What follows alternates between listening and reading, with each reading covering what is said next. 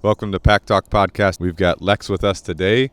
She is a longtime friend. Back in the day, I met Lex many years ago with through Canine Revolution, my dog training business. And, of course, she came because she had some dog training things that were going on that I was helping her out with. But that was before I had anybody working with me. It was just me. I think about it all the time. Like, I was Really? thinking about it for the last few days. I'm like, when was that? Like, it had to have been 5 or 6 years ago. That was like 2017 or 2018. Right. Like, it was 2 years. a long time ago. Yeah.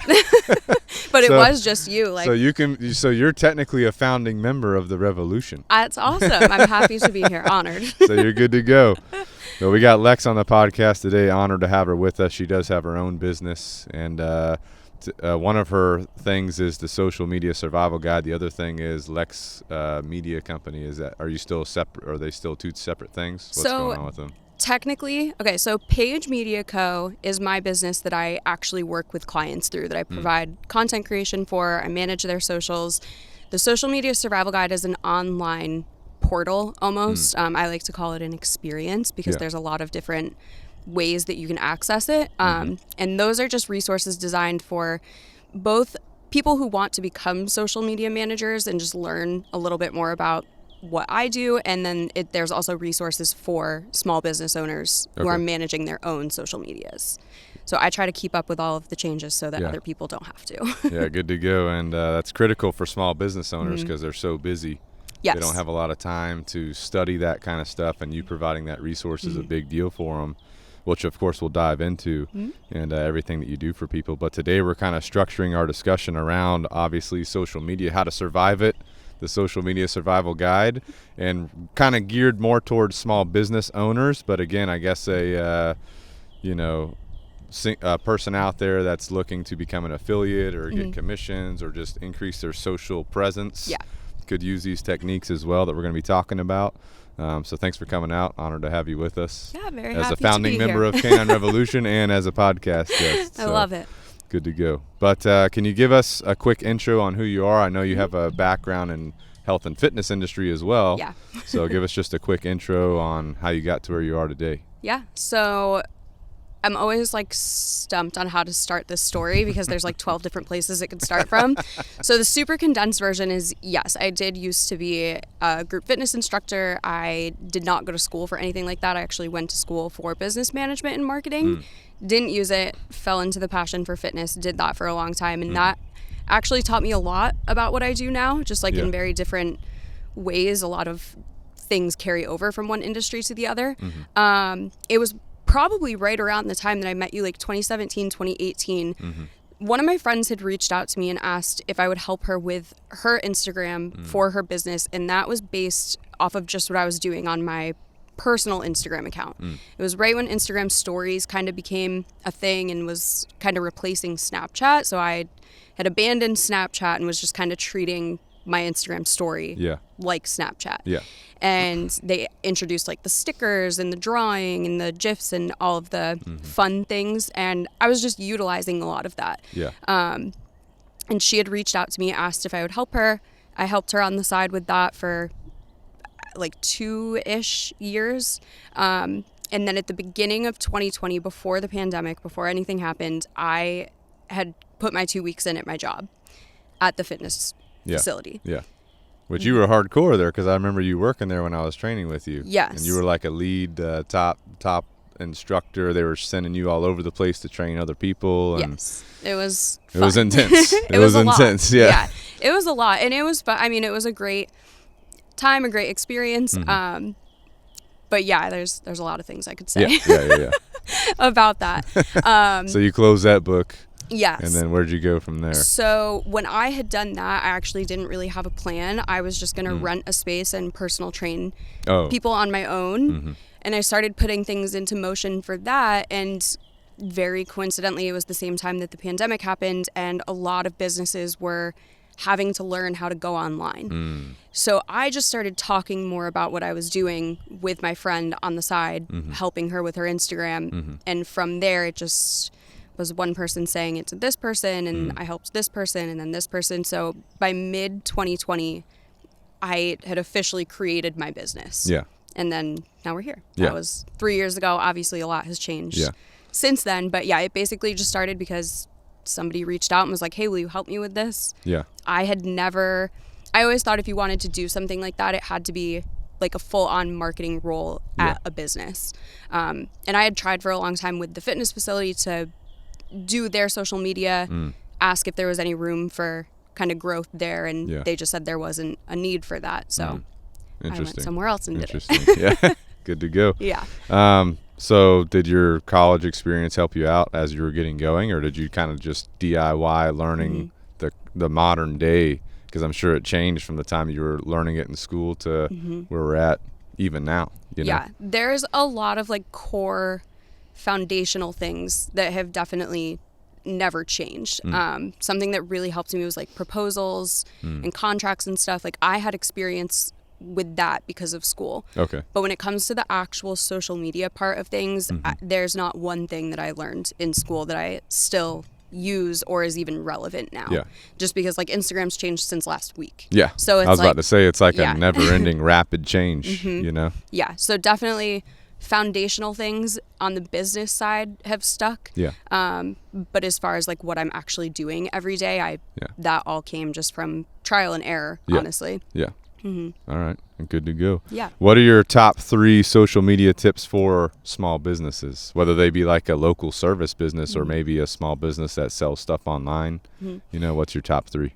So one of the biggest things that a lot of people don't necessarily use social media for to its fullest capacity is treating it like it's a human. The word social is in social media for a reason. So like one of the biggest mistakes that I see small business owners make is they go on, they just like post this graphic that they made in Canva with a motivational quote, and then they leave the app and they don't open it until they post 3 days later the same kind of copy and paste graphic from Canva. Yeah.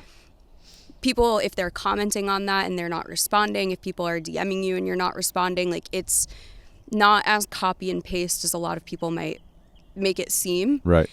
And kind of bringing yourself into that. So just kind of like humanizing it and again, treating it like it's an employee of your business almost. Yeah. And like you do a great job with that, with like you'll share on your story like things that you're eating that morning or like a book that you're reading, and like just bringing that personal side into it is huge. Yeah. Even if you're not a personal brand, like even if your business is just a product or a service, especially services, because you're who they're working with. Right. Like there's a lot of people who are looking for dog training. They land on your Instagram, they look at your story and they're like, whoa, this guy drinks cherry juice every morning. I love that. Like that's going to be the one thing that draws them to you. So that's definitely one of them. Let's see, top 3. Okay. Next one would be,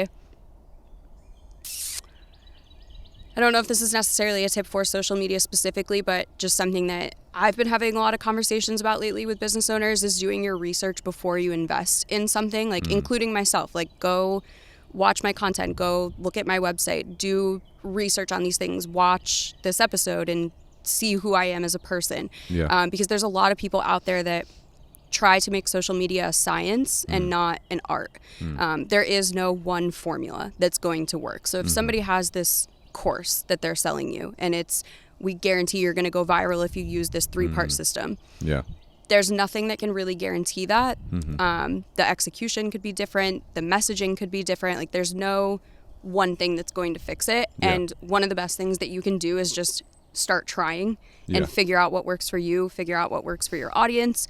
And number 3, I would say just be on there as much as you can without it feeling like you're sacrificing like your mental health. Because a lot of people will say like, oh, post 7 days a week. I haven't posted in 2 weeks. Like I'm a prime example of you don't need to post every single day. So I feel like there's a lot of people that just feel like they're on this hamster wheel of like having to post 7 days a week and being on there, and consistency is key, but consistency doesn't mean 7 days a week. So it's about figuring the balance out of how much of yourself to bring into your business and then also the amount of work it takes you to execute that on social media. Yeah. So I feel like those tips are all over the place. There's a lot more I could That's good to go. dive into, but well, the tricky part is like every business is so different. Yeah. You know what I'm saying? And it depends on kind of what you're built for. So like if you're a one person gig and let's say you can't take on any more clients because you have these reoccurring clients, you know what I'm saying? Like social media manager, for example, I'm assuming you have a number of clients and then you're managing their profiles and all that. You might not have time to take on any more. Right. So you might not really need to be posting, you know what I'm saying? Correct. Because you literally are spending all your time taking care of your other people. Yep. Whereas if you were like a social media manager and you had like 25% of your capacity, then you would probably want to be posting to like be looking to increase your client capacity, you know? Or like someone like us, dog training, where it's like a constant, you know, we're training a dog. Once that dog's trained and the owners are good to go, you know, we might not be dealing with them again for a while until they need us for something else. So it's like we're constantly having to, you know, get ourselves out there so that people are aware of us and so that we can get the next round of clientele in, or prospective clients, you know. So I think depending on your business depends on your posting strategy, your marketing strategy, your management plan, you know what I'm saying? And then different things work for different people. Like I know for us, when we first started, it was like a lot of before and after videos, like dog pulling crazy on a leash. Then the second half of the video, dogs walking nicely through a crowd. You know, that was basically it back in the day. And that took hours to like put those together. You know what I'm saying? But if you're like a painter, maybe a before and after works for you. But maybe that doesn't work for some other business, you know. So I think it depends. But I like what you said about building the you know, the community, or like being responsive to people. And something that I learned back in the day when I was trying to figure out this kind of stuff is people need to know you, like you, trust you. To like work with you. You know what I'm saying? So I always tried to like have that element in there. For sure. And I do post crazy shit on my personal Instagram story, you know, the tart cherry juice and my chickens half the time, you know. But those are going to be like little things like that, or what people are like that'll stick with them. And they'll be like, next time they see tart cherry juice, they're like, oh my God, that dog trainer drinks that. And like, that's just like one little thing. Like I just posted about this yesterday. I get so much more engagement on my Instagram stories when I'm posting things like, I posted yesterday that I had car troubles. The amount of people that reached out and were like, oh my God, this just happened to me. Like, oh my God, I'm so sorry. Like, not that I want that to be happening to other people. They're relating with it though. But sharing that one little thing, for lack of better terms, being vulnerable. Like, it's not a perfect world for me to get on there and say like, I've never had car issues in my life. Like, no, I'm literally sitting in a car shop right now. But saying that out loud will trigger one person to be like, oh shit, she's a person. Like, she's not a business. She's not a robot. So that makes a big difference. And a lot of people are in different phases. So like, it's almost like a pyramid. Like the top phase is awareness. And that's where people are just learning about you for the first time, which is primarily what a lot of people are posting content for, is so people can learn about them. And then after that, it'll go into where they're around. Like they're in your community. They liked you enough to stick around. They might not be buying from you, but they're liking your posts, they're commenting on them, they're thinking about it, and then it can kind of go on to where they have become a customer and you want to keep them around. So there's really like 3 different phases of people that you'll come into contact with, and some of them have no idea who you are.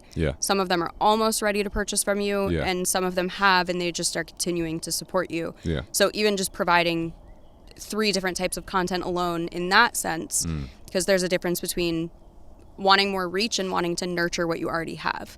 So even just like thinking of content in those 2 ways. Can you give like an example for like, you know, if you think like a dog training business, for example, what would you say is like a awareness type of content and then like a nurturing? So awareness for you guys, I would say, would definitely be almost bringing problems to the surface that people may not even realize that they have. Like, I feel like there's a lot of people who might think some behavioral things are just like part of their dog's personality. That's just who they are, when really there are things that you can either implement or try to help with that. So if you were to start a video being like, does your dog pull really bad on a leash? This is what we would do to fix it. That would kind of be like, again, bringing the awareness to not only the problem, but also that there's somebody making content that might be able to help you. Whereas like the nurture would be just for like super broad terms, like an appreciation about one of the dogs you've trained. Like the video that you guys did, the parody from the other day on April 4th, like that to me is nurturing content, because I think that's funny. Like I think that's like, I'm not in the market right this second for dog training, but I'm still around because you're posting content like that that's enjoyable to watch. Yeah. Whereas You like the dance moves? I loved it. You guys moves? absolutely crushed that. It was so good. A lot of planning, I'm sure, went into This that. guy right here. I'm the one that just comes up with crazy ass ideas. He's the one that has you to, execute. build it. See, I need somebody like that where I'm like, here's the idea, now make it happen. And I mean, everybody was on board for that, so that was cool. Yeah. You built a team around your crazy ass ideas. There's so. a lot of coaching. Yeah. A lot of coaching involved when we're on recording. You got to get them in the character. For you sure. know, That to get like 'em 2 going. minute video takes us like 8 hours. Oh yeah. Well, so and we have that's to what block people off don't- a whole day for it. Correct. Yeah. Yep. And like people don't realize how much goes into that. Like they look at that minute-long video and they're like, "Wow, this is so funny." But like really, you guys are like chipping away at it for probably like weeks from the time that like the idea came about to the time it was posted. So. Yeah, we used to do we have a bunch of videos like that before short form media or content was a thing. You guys were before ahead of it. Reels came around. So we have holiday videos, Christmas videos, 4th of July. We're retapping those now April too. Fools. Love it. We're retapping Repurpose those. them. Yeah. And we can repurpose them now. So Yep. like that video was actually like 3 or 4 minutes, but that was because of the Reel system. You only get a minute 30. Right. So there was more video, but that was just like you said to get the funny content Yeah. out there. But yeah, like Chad said, we would literally script it. I would come up with a whole script based off of one idea. Yep. And then we would proofread it all. It used to be all the trainers, we would brainstorm together, and me. We would meet and we would brainstorm and we'd say what's good and what's bad. Yeah. And then we'd redo the script, or if it's good, then we just move forward. But then we would block out a whole day for recording. It would take 8 hours, like Chad said. And by the end of it, they were getting a little pissy. Oh, for sure. Oh, yeah. He's getting pissy. Because they wouldn't cooperate with me. Right? Yeah. It's a lot to wrangle. But by the end of it, and then the editing takes a couple days Yeah. to get that, because I'm like really picky about the For sure. when it comes to like a video like that, you know what I'm saying? Well, and it has to be like the comedic timing of it needs to be like perfectly executed. Well, but also we had to record the song. So recording the song probably took more time than actually in the video. That's true. And there's a lot behind the scenes going on for sure. That took us probably 1 or 2 weeks for sure to get it done. A lot of I moving know one parts. of the things you do with your clients, or some of them at least, is you'll meet with them and you'll build content. Is that kind of the same type of deal? What does that look like? Definitely. And by the end of those days, they hate me. They're like, get out of my face with this camera. Stop pointing your phone at me. Like you can see it like throughout the content. Their face just like gets like visibly less impressed with what's happening. But afterwards, they're thrilled because they don't have to do that again for 3 months. Yeah. So that's kind of what I structured on. Is two different ways. I have 2 main people that I do the in-person content shoots for. One of them's local to Charleston. So I go to them every other week just to kind of keep them more up to date, like more up on trends, because you can batch a ton of content now using things or ideas or pop culture references that are trending right now. Are you allowed to say what this company is? Absolutely. I just didn't want to feel like I was Oh, no, you're good. self-promoting. Okay, so Core 4 Elite Fitness. Okay. They're in West Ashley. They are a newer, not necessarily, they've been around for about 2 years now. Yeah. It's a group fitness workout. It's truly one of a kind. It's not anything like where I used to work or really any other gym. Yeah.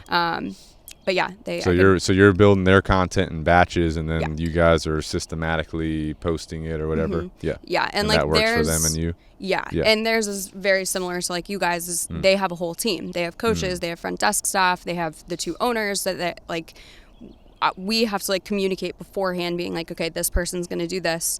This person's going to do this. Yeah. And I do the same thing for a client in Detroit, which is a med spa called the Spa MD. They're not around here. Detroit. But yes. Dang. I know. And how'd they get in touch with you? They just found you? Yeah, well, it's kind of funny. So one of the very first people that ever reached out to me on Instagram was a lash extension studio. Oh, really? And they were in Detroit. And I worked with her for a long time. And then like a little over a year ago, she opened a second location inside of this med spa. And when she started working like in the med spa, they were like, well, wait, who's doing your social media? And then one thing turned into another, and I started working with them. So it was really convenient for a while because I'd go there, hit both of them in like 2 days, nice. and then not have to go back for a couple months. But theirs, we can't necessarily batch a ton of like the trends and stuff. So when I go there and do theirs, it's more the educational, them sitting down, answering questions, kind of showing how processes are done, which all of that, like all the different types of content are important. Mm-hmm.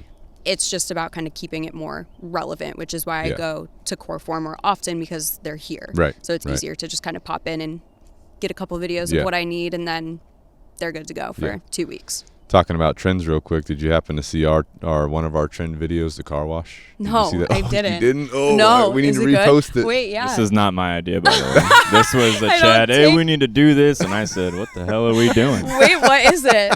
It's have you seen the car wash trend? No. No. Am I going I crazy? don't think it was as It wasn't. popular as It Chad wasn't as thinks. big as I thought it was. I don't think. I mean, it might have been. I just might not be on that side. But basically, people were just washing cars, doing crazy stuff. Like there'd be dudes like washing their girlfriends or whatever. Oh my you know, God, and the no, I've never girlfriends seen like I looked half up the naked trend or on something. TikTok, and there was like 4 or 5 videos that like had maybe 1 million views. The original, like the person whoever they decided to do it, theirs was like actually really funny. Yeah. And then other people started doing it. It's like, you know, Yeah. it's like they all do the same thing. For But sure. So we did had to mix it up a We little did bit, it. but We had a dog Chad in brought it yeah. to me. He brought it to my It's attention. like I had nothing to do with this. I just filmed it. And I'm like looking at it. I'm like, what the hell is Chad thinking? That's so funny. I mean, there's a lot of my clients will look at me like that, be like, Oh, fuck, yeah. I'm not doing that. And then we do it, and it's a popular video. Oh, I'm yeah. like, I told you. Like, Well, let's just say whenever that video released, we had a lot of ladies saying, we need to have these guys come wash our car. oh my yeah, God, that's and then so a lot funny. of guys saying, "What did I just watch?"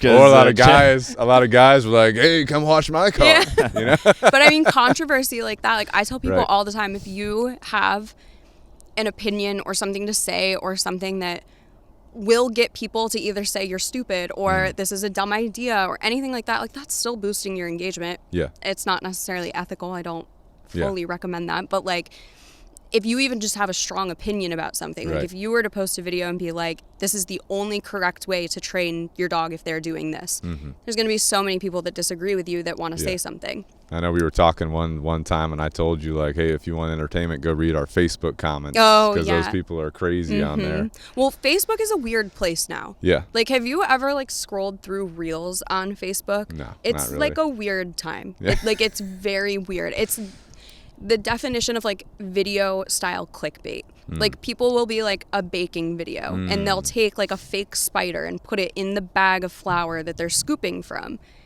just so that they'll show that and people will be like, wait, what? Like And then what? they'll keep watching it, or they'll Yes. watch it again, or But whatever. like every video is like weird. Yeah. Like it's, that. it's strange. It's like a weird side of like YouTube or something that you Yes. find like some kind of weird niche, Yeah. and it's bled into Facebook Reels, and they're like farming it for like, I would assume, monetization, because like some of them are like Right. random accounts where it's like, what is your, like, they're not a business. It's just Right. like random People. accounts. Yeah. Well, they'll also do random things like they'll put like some kind of text and they'll say like wait till the end, and they Yeah. think And there's then there's crazy things nothing. happening and nothing happens, and you Yes. watch it again because you're like, did I miss something? And Right. then now they're getting the views. You know Yeah, what I'm saying? exactly. I just watched a video like that on TikTok, and it was a girl. Like, I watched it for like 3 minutes, and I was like, I am so embarrassed that I just did that. But it's this girl, and she's like showing a bunch of different videos from around this like cruise that she just went on. And the text on the top was like, I looked back on this footage from my cruise, and I couldn't believe that this was in the background of every clip. So I'm sitting there like, what are we looking for? The whole video ends. I'm like, am I dumb? Like, am I blind? So I go to the comments and everybody's like, so we're all here for the same reason. Like, nobody saw anything, right? And I was like, okay, so it wasn't just me. But like stuff like that, like people Yeah. will do anything to, but like for Right, what? Like it right. doesn't, what does that benefit? You get maybe some followers out of it, but Yeah. like, or like the Facebook ones where they're like, have you ever seen like the 5-minute crafts? I can't watch them. No, Yeah. they're I know what like, you're talking about. Yeah. I just like, They I'm give like, me this is such dumb a content. weird 5-minute feeling. crafts. It's basically like these people will be like, look at this hack that we're doing. And it's not a hack. Like, it's like the weirdest. I don't even know an example to say off the top of my head, but Yeah. like, it's weird. It's definitely content made for Keeping specific someone there. people. Yeah. It's weird. It's definitely strange. And Well- Facebook's the meanest of all of the places, in my opinion. I was gonna say, talking about Facebook, you know, what is the deal with Facebook? You know, from the social media, manager perspective. So I don't do Facebook for my clients. Like if we have content that they want to repurpose and post onto there, we'll do that. But even just with Facebook changing so much and like the Meta Business Suite, like I'm not even fully dude, versed The in headache. It's It's literally the literally- biggest headache. You could open it in 2 different tabs and it's different on Yeah. both tabs. They And don't I'm know like, what they're doing. No, and I'm we like, stop. we had an issue with our Facebook account, and Oh, it took God. us like a year to Yeah. resolve it. One of my clients, the owner of their page is one of their employees. So you can only do stuff through her Facebook Oh account. yeah. So it's like, it's it's- so yeah. frustrating. I Yeah. hate Meta Business Suite, but I've never done a Facebook specific strategy because, in my opinion, Facebook is becoming a little less relevant, Yeah, which is yeah. why Mark Zuckerberg is really fighting to Mm-hmm. not want people on other platforms because they Oh, yeah. want people to be on Facebook and Instagram. But yeah, Facebook to me has just become, it's a weird place. Like all of those weird reels, like the comments in them, the people are just so. Well, what is it good for a small business? Like, what would a small business leverage Facebook for? So I really like Facebook pages, like rather than like necessarily having a specific content strategy for Facebook, which again, I can't really speak on because I don't consider myself like well versed in Facebook or anything. Right. I just keep it as similar as Instagram as possible. There's a lot of things like that Facebook prefers. Like from my personal experience, Facebook prefers images. They prefer like static stills, longer captions. Something that I thought was just kind of like hearsay for a long time that actually Facebook has come out and said is they don't like when you put links in your post. So like if you have a link like copy and paste it into your caption, like they will not show that a lot. So if you're on Facebook and you're posting a link to your whatever, your website or your YouTube, even if you put that link in the comments, Facebook is going to kill your organic reach is what you're saying. So I don't know 100% about putting it in the comment rather than the caption. Okay. But there is a But part. if you put it in the caption. Yes, and that's like right in Facebook's like terms. Like I try not to say things about social media unless I know for a fact they're Right. accurate. Like there's a lot of people in my industry who want to be the first one to say something like a new change or a feature is coming. But it's really just kind of like in the talks. It's Yeah. not actually coming. Yeah. So I try to only say things for sure if I know them for a fact. But yes, Facebook right in there, like, I don't know if it's technically called the terms and conditions, but like Yeah. when you look at the content section, it does say like, don't put links in your captions. Yeah.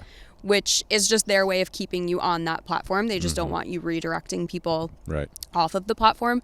Something I've done in the past to kind of avert that is telling people to go to the link in your, I don't remember. About section or whatever. Yeah, like because on Instagram we'll say bio, on Facebook it's your about section. Yeah, so we'll just say like go here and you'll find it. Yeah. The other thing too is like I feel like a lot of people like underestimate people's intelligence. Like there's only so many places like on Instagram you can only have one link and it's all in the same place. So like people know where, They know to, go for Yeah. things. Yes. So create your content. Don't try to, spend time saying that kind of stuff. Right. I mean, it's definitely helpful. It's a call to action. Like you do want to be telling people to do something, but just repetitively saying the link in my bio is, there's a lot better ways to get people curious about what's at that link than just saying, I got you. go to it. Yeah.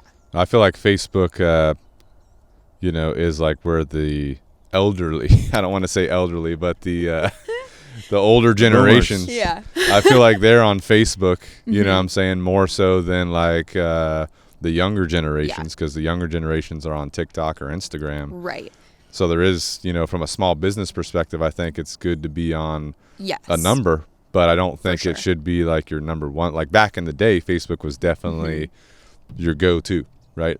Right. Today, from my perspective, running a small business, I think it's still good to have, but like just understand, it's probably not going to be your The younger biggest generation. reach. And a lot of times when we get like I call them info request or prospective client off of Facebook, most of the time the Facebook leads are not going to be good leads. Correct. Do you know why that is? Just because it's like crazy people. So I think what it is, and especially if you guys do the ads or like if you have it where people can just click and it automatically fills their information in, that I feel like a lot of people just don't even realize what they're doing half of the time. Yeah.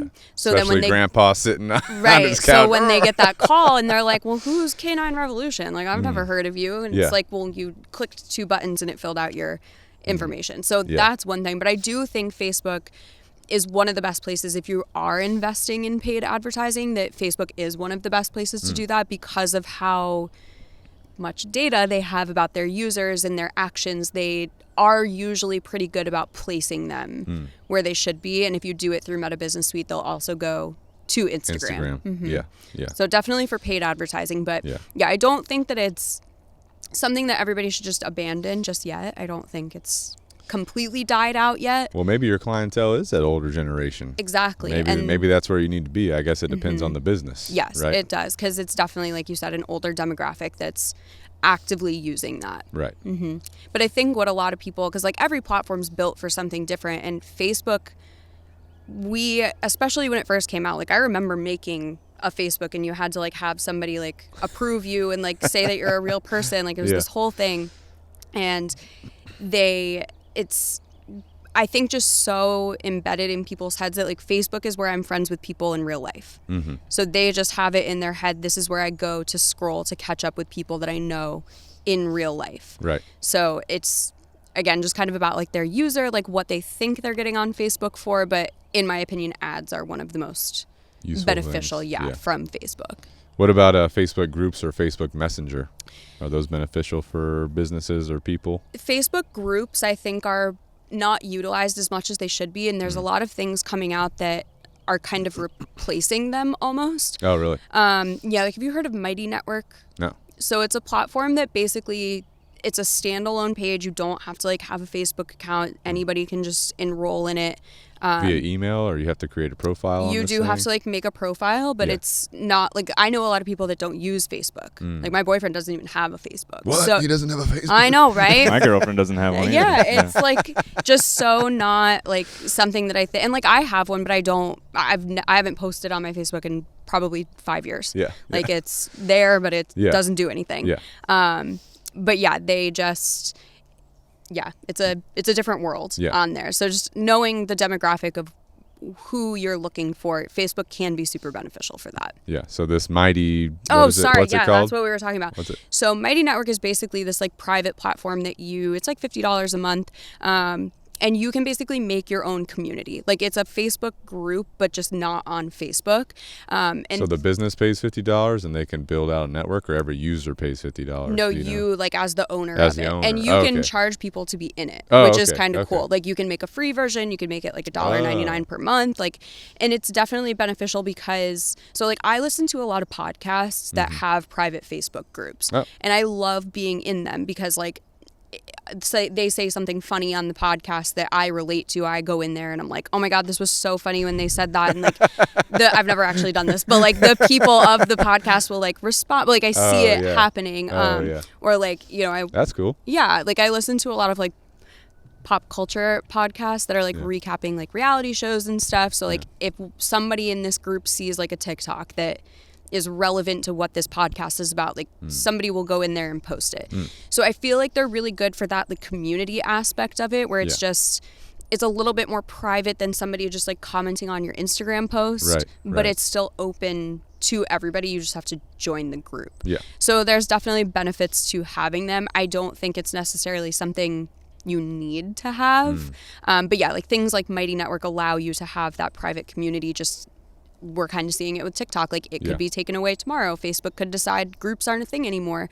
With Mighty Network, that's your platform. Like you own that. So it's just kind of like an option that people are moving towards, or like Patreon. Yeah, I've heard of Patreon. Like a lot of people will do stuff like that. So I definitely say the private community like that is important. It doesn't necessarily have to be Facebook groups, but I do think Facebook groups are a great option for that. Yeah.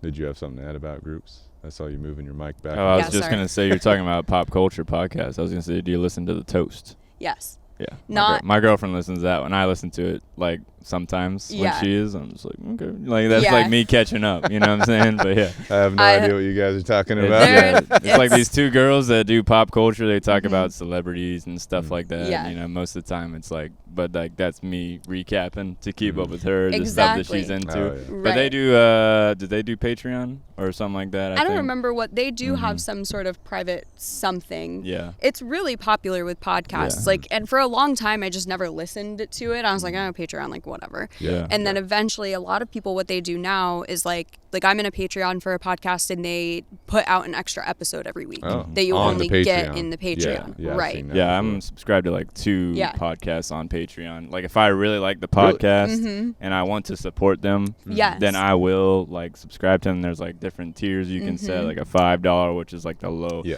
But it still gets you in the door. Yeah. You can have conversations with people Right. in that group, like you were saying. So I have one of those for a podcast I listen to from another dog trainer that I worked with before, but I just basically keep my subscription to his Patreon to support him. Well, Yeah. and That's that's kind the of the whole thing too, is like goal. people don't Yeah. realize like a lot of like the groups and podcasts and like we don't get paid for that. Right. You kind of just do it because Yeah. you like doing it. Yeah. So even little things like that, like your $5 a month doesn't seem like a lot, but it allows that person to continuously put this content out for Right. you. Right, absolutely. And we live in a world where people think they're entitled to more content. Right, Like right. I know a lot of people who are like, I would never pay $5 a month for extra podcast episodes, but they paid $5 for Starbucks that Right, morning. right. And it's like, I don't know, maybe I just like the entertainment of it or like supporting them. Well, but yeah, it's- I agree. Like if you like the content, like of a certain podcast, and you're like, dang, they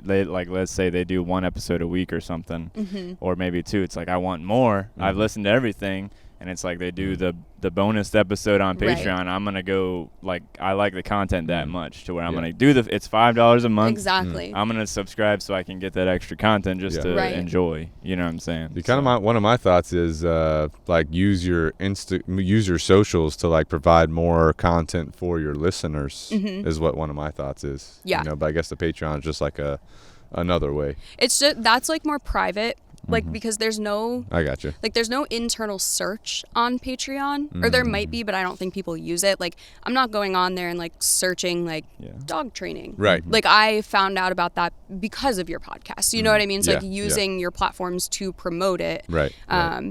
And you don't even have to do like the additional content. Like I know people that do it just like in my industry, they'll do it and you have direct access to talk to them whenever you want. And, like, you get ask them priority to questions. talk to them. I Right. see what you're saying. And like Yeah. Instagram, like a lot of platforms are introducing this. Like Instagram has subscriptions now. Yeah, I saw that. And then even like Spotify, like who I published my podcast through, has an option for me to turn on that like people can pay 99 cents like per episode. Oh, dang. I wouldn't do that, but Yeah. like it, like just the fact that they're introducing that Right, as an right. option is Right.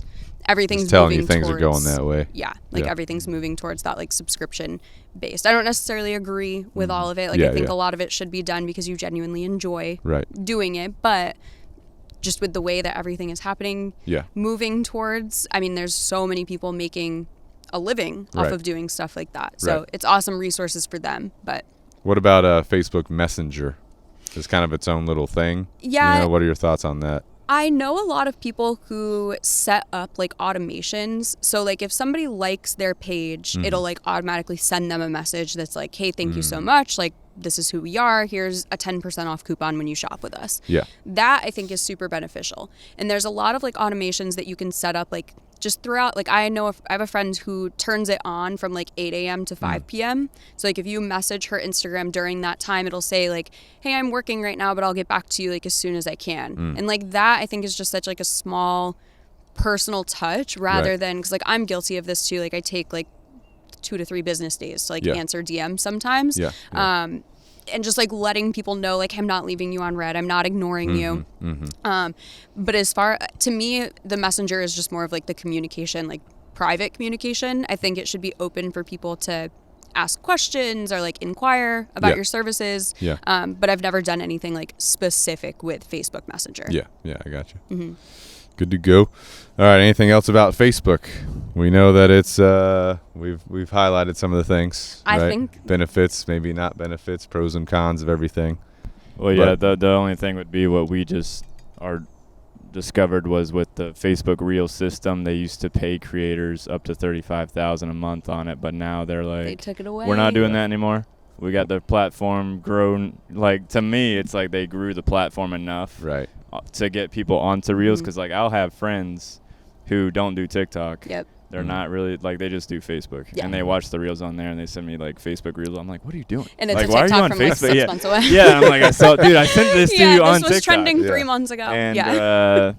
Yeah, but like apparently the issue was that more people were spending time on the Reels side of Facebook and not on the main feed, which they were losing a lot of money in advertising, like you were saying. So they are not paying people to. So I'm like, that could be good or bad, you know, for them. That sucks for us because the bonus program was helping us. And see, like that's what's super unfortunate, and like with the TikTok thing that's happening, like it's just we don't own these platforms, like it's rented space. Right. Like Facebook and Instagram could literally shut down tomorrow. Like I don't know if you guys remember, it was like 2021 maybe, and Instagram didn't work for like 24 hours. People were freaking out. Like that's a real thing. Like, you know, you could wake up tomorrow and Instagram just decides your account gets deleted for one violation that you got 6 months ago. So it's just kind of bringing it back to like the private communities. Like if you can bring people into that mighty network or into your private Facebook group, which again, you don't necessarily own that, but an email list, like a phone number, contact, like anything where you have their information and it's not relied on a social media platform, because they can be taken away. And like Pinterest is something else. Like they recently had like, anybody, I might be getting this wrong, don't quote me on this, but it was like basically anybody could start posting and make money, which you don't really see platforms do. They want you to have a certain amount of followers, you have to average a certain amount of views, and then you get like a penny for every 100,000 views that you get. And like just no, and then Pinterest changed that setup and that structure. So same thing with like the Reels bonuses being taken away, like that payment. I just always encourage people not to rely directly on being paid through the platform. Like if you can monetize in other ways, if you can make a $5.99 ebook that people can download to start training their dog, like you're better off monetizing through that than relying on that $5.99 you'd get for 500,000 views on something. Because it also puts a lot of pressure on you, like creating the content, because you're no longer thinking about like, what do I want to make? You have to get into the mindset of what does Facebook want me to make? And that's just like kind of takes away from the personal side of creating that content. That's true. It becomes a little bit more like robotic. Moving on to Instagram. What's the pros and cons here? So Instagram to me is the one platform that, as much as people want to say they hate it, I personally don't. I love Instagram. It's definitely the most nurturing of all of the platforms. Like even just like the DM setup, like communicating with people. Like on TikTok, you both have to be following each other in order to send a message. Oh, really? Yeah, if you have that setting turned on, which most people do, or you can message them, but they won't see it unless they follow you back. But even like the setup of like TikTok itself is brilliant, but it's still a little messy. So like Instagram DMs, like yes, they glitch, like Instagram has its pros and cons, but it's the most community forward platform in my opinion. Like you will build a community on TikTok, but not in the same way that you'll build on Instagram. So Instagram itself just has the most tools available to business owners, like your story. That doesn't need to be a perfectly curated post and a fully written out script. That can be you just picking up your phone and talking. Whereas a lot of other platforms don't utilize features like that. But yeah, definitely a lot of pros and cons. I think one of the biggest cons right now is, unfortunately, it's a mix between Instagram just kind of changing and also just people having the expectation.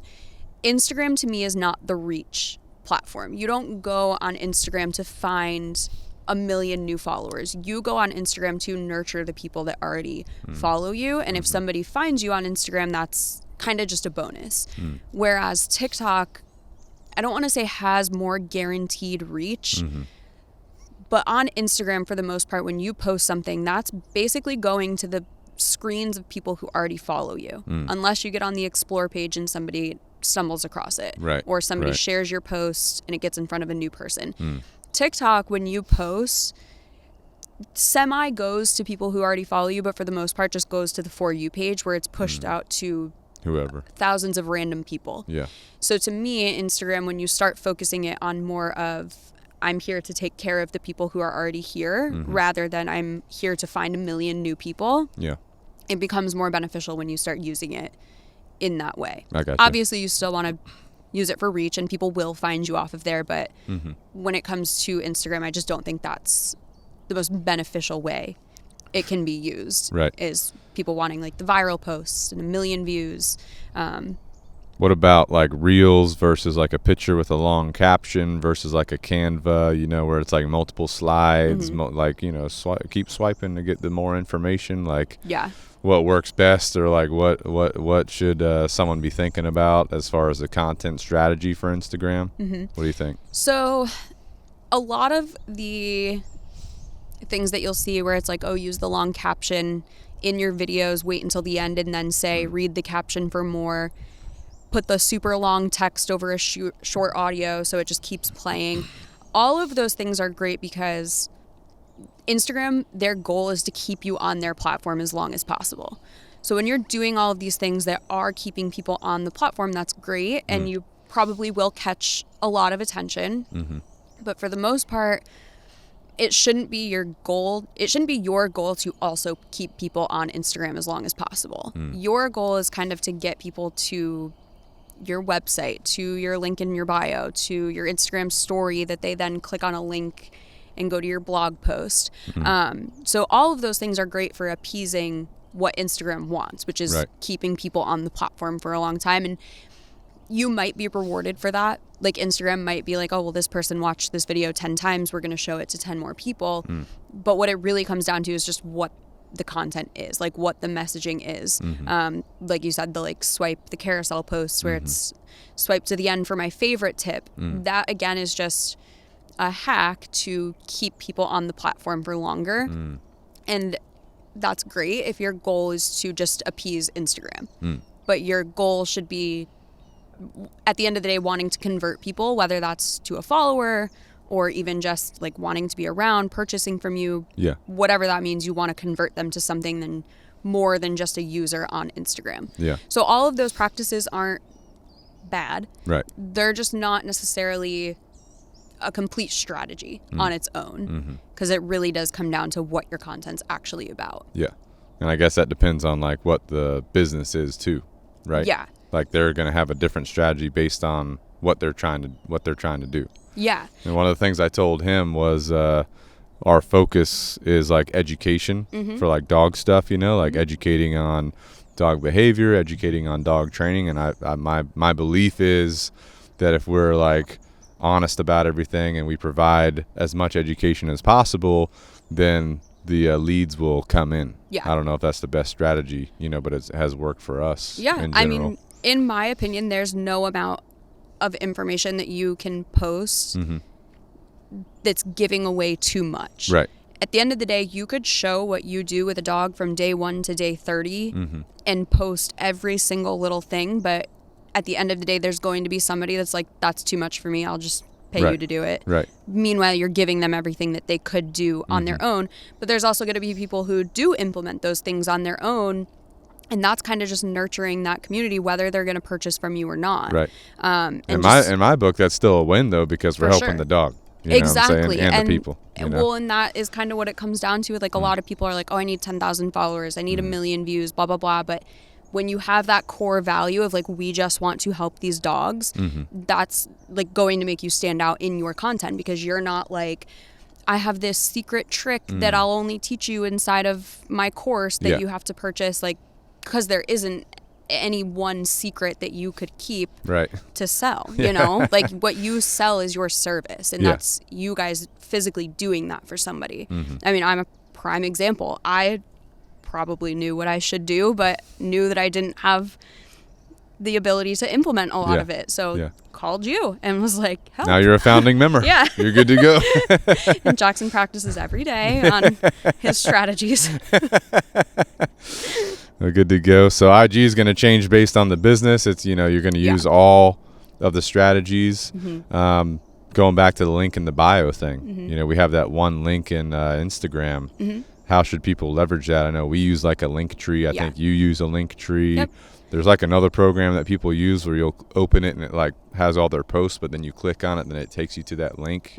So what strategy is like best in your opinion? So in my opinion, one of the best things that you can do is use something like that links page, because you are going to lose somebody's attention if they have to click more than like 3 or 4 times.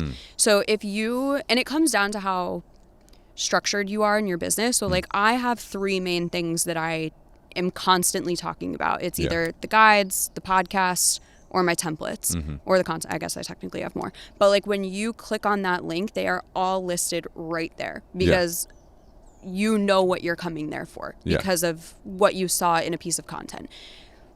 The way that a lot of people will talk about You them got a buddy on you. say... We're out here in the woods. You got a buddy on you? Little caterpillar? Well, that's okay. They've never hurt anybody. Like a lot of people will say, like if you have no knowledge of a business and you land on somebody's link tree and the only options are these 5 things you've never heard about, that's obviously not super beneficial. You would rather them land on your full website where they can get the full experience. The way that I see it is on social media specifically, 99% of people are probably coming to that link from a piece of content that they saw. So if you can simplify it and just put that right in front of them. So Linktree is awesome. I just switched over to using, it's called Stan. And it's like a Linktree, but you can actually have things like listed right through there. So like when somebody clicks on that link, it brings them right to a page where they can check out. And a lot of my other stuff is hosted through my website because it's older and grandfathered into there and I'm not spending the time moving it around. But there's pros and cons to both of it, definitely. The way that I see it is more often than not, people are going to that link because of a piece of content that they saw. Therefore, if you can give them those like core things that they would be looking for right listed out, they're more likely to advance to that next phase of clicking on that button. Whereas if you just send somebody to your homepage and they're like, well, now how do I get to this, podcast she was talking about? They're going up to the menu and like, oh, is it under the extras or is it under blog? Like, what's it under? And like, once they have to search for a little bit for Attention it. span's gone. Exactly. They're getting lost. Right. Yeah. So I understand the argument that people have that it might not be the most beneficial for somebody who's just learning about you for the first time. Like I would probably recommend just sharing your regular homepage as long as your website's like fully optimized and has a good like customer journey through it. But more often than not, I think you're better off using that like condensed link page. And like I even used to just have a regular page on my website. So it was still pagemediaco.com/links. So even if you don't want to pay like the $4 for Linktree or the $30 for Stan or whatever, you can build that like natively right into your own website. I see what you're saying. It's just one of your pages. Yeah, that makes sense. Yeah. And like in that links page, like I have homepage. Like if they click homepage, it goes to the homepage of my website. So it's just about like the connecting what people are seeing in your audience to that link to then what they're clicking. So I like link pages. Are you checking your you or your clients like Instagram insights? What are like the key things you're looking at if you're checking those? So I check them throughout, like at least once a week I'm going in there just like see what's going on. But on the 1st of every month I go in and do like a full report of, this is how many people we reached. Some of the main things that I'm looking for on there are how many website taps you're getting. Because there's like a part of your analytics on Instagram that like a lot, like if you just keep scrolling down, like there's so much information, like just click around in there. But I believe it's under your audience. Like when you get into that first main page of your analytics, you can click on audience, engagement, or followers. And I believe it's under audience. And if you go down, it'll tell you like, this is how many people clicked your call button. This is how many people clicked your website button. So website taps are something that I'm always looking for just because that's telling me that somebody was ready to take the next step. Whether they actually did and committed to it is kind of another story, but at least we can show that amount of people are clicking to the link at least. So I look at that. I definitely look at the ratio of the amount of people that you reached throughout that month based on the amount of followers that you gained. And I'm really not somebody, like I really don't, the number of followers mean literally nothing. The only thing it means on Instagram is you can add the swipe up feature. You can apply, well, anybody can pay for verification now, but like it's just, there's no one number that's going to change anything. But the reason that I look at that ratio of how many people did we reach that converted into followers is because your goal with your content, again, is to convert somebody, whether that's just following your page or going to your website. So if I can see how many people we reached and how many we were successful at keeping around, that's kind of a ratio that I look at. Those are pretty much the two main ones. Like I'll look at how many followers we gained, of course, but it's... Do you care about like people saving the posts at all? So, yes, there's... I don't want to say pros and cons, but the reason that everybody will say like, oh, your goal is to get people to save your content or to share it is because Instagram doesn't necessarily care about those interactions more. Oh, okay. But it more so signals to Instagram that this person might come back later. Like this person is saving this post for a reason, which you as a content creator, that should be one of your goals anyways. Like you want people, especially you posting like the educational content, like people are saving that because they want to come back to it, or like maybe they're getting a dog in the next 6 months and they're saving it for then. Like anything that signals to Instagram that they're probably going to come back for more. But like at the end of the day, it doesn't convince Instagram to push your content to more people. Okay. It's more so for your own, like, okay, I did something in this that made people want to come back. Right. The sharing is the same thing, where it's not necessarily Instagram being like, we love when people share your posts. That's just getting your content in front of new people. Yeah. Like if somebody's sending that to somebody, or if they're posting it on their story, like that's just getting more eyes on it. So Instagram does like those things. Yeah. But Instagram likes anything that will keep people on their platform for longer, which is like if they're saving it, they're coming back later to look at it. Yeah. Signaling to Instagram that they'll be back. So a lot of the things that you'll hear, and I like try to say this a lot, is like vet the people that you're learning from, because so many people will be like, well, I had a call with Instagram and they said put your 3 hashtags instead of 30, and it's like those people literally just made that up, and then it just trickles like wildfire. So like a lot of like the little like hacks and tips, like yes, they're good, but there's nothing that you can do to like trick Instagram into showing your content to more people. Right. Which is like unfortunate. It would be cool if there was. And if there was a way to do that, there'd be a lot more people who go viral every single time, or have 1 million likes on every post, gain 1,000 followers a day. Right. Normally when that's happening, it's because people are connecting with who that person is, not necessarily their content. Yeah. Because like there's a lot of creators that I follow that like they could post anything. I just like them. I like who they are, I like their personality, I like their outlook on life, and that's what's keeping me around. Not that this person is, you know, planning their wedding and showing all of their wedding planning, and then they switch over to, well, we just got a new dog, so that's my whole personality now. Like I will follow that person through all of their eras, I like to call them. Yeah. Which is like kind of what happened with me. Like when I first started my Instagram page, it was solely social media. Like I posted nothing else. And then I kind of transitioned into more like showing tools that I'm using like to support social media, or like showing more of my personal life, and it's kind of just turned into more of that. But yeah, your goal should be for people to like you, not just the content that you're posting. Know you, like you, trust you. Exactly. Going back to that. Yes. I'm glad you brought up hashtags. Like, what is the what's the secret on that? Do you post them in the caption? Do you post them in the comments? So not this past summer, but the summer before, Instagram did say for themselves that your hashtags will perform better in the caption. Oh. They had also said that there was kind of like a 7 to 10, like if you can stick between 7 to 10, but you're allowed up to 30. So don't blow it up. Exactly. Keep it reasonable. Another huge thing that they have come out and said is people are like, don't reuse the same groups of hashtags because Instagram will think you're just like spamming it. Oh. Instagram has come out and said you can literally copy and paste the same hashtags in every post, and we don't care. Okay. So when it comes to hashtags, they're definitely something that you need to be putting effort into. Like it's not as simple as just like hashtag dog training, hashtag Charleston. Like you do have to get like a little bit more into it, but in my opinion, a post will go viral whether it's supposed to go viral or not, and it doesn't really have anything to do with spending hours and hours on hashtag research, especially if you're somebody doing it yourself. You're making the content, you're editing it, you're posting it. It's not that they're not important, but there's way more other important things that you could be spending a lot of time doing. So I personally put them in the caption just because that seems to be what Instagram has said in the past that they like. I use a mix of sometimes it's 3, sometimes it's 10, sometimes it's 30, and just kind of gauging it from there, because you can go into each post and see how many people came to it from a specific hashtag. It won't tell you which hashtag, which is really frustrating. It'll just say, you know, 100 people came from hashtags. I gotcha. So I kind of just gauge it that way, but I've never, from my own experience, I've never noticed you know, oh, I only used 3 and I got this many people, or I've used 10 and got this many people, because it also has a lot to do with what the content's about.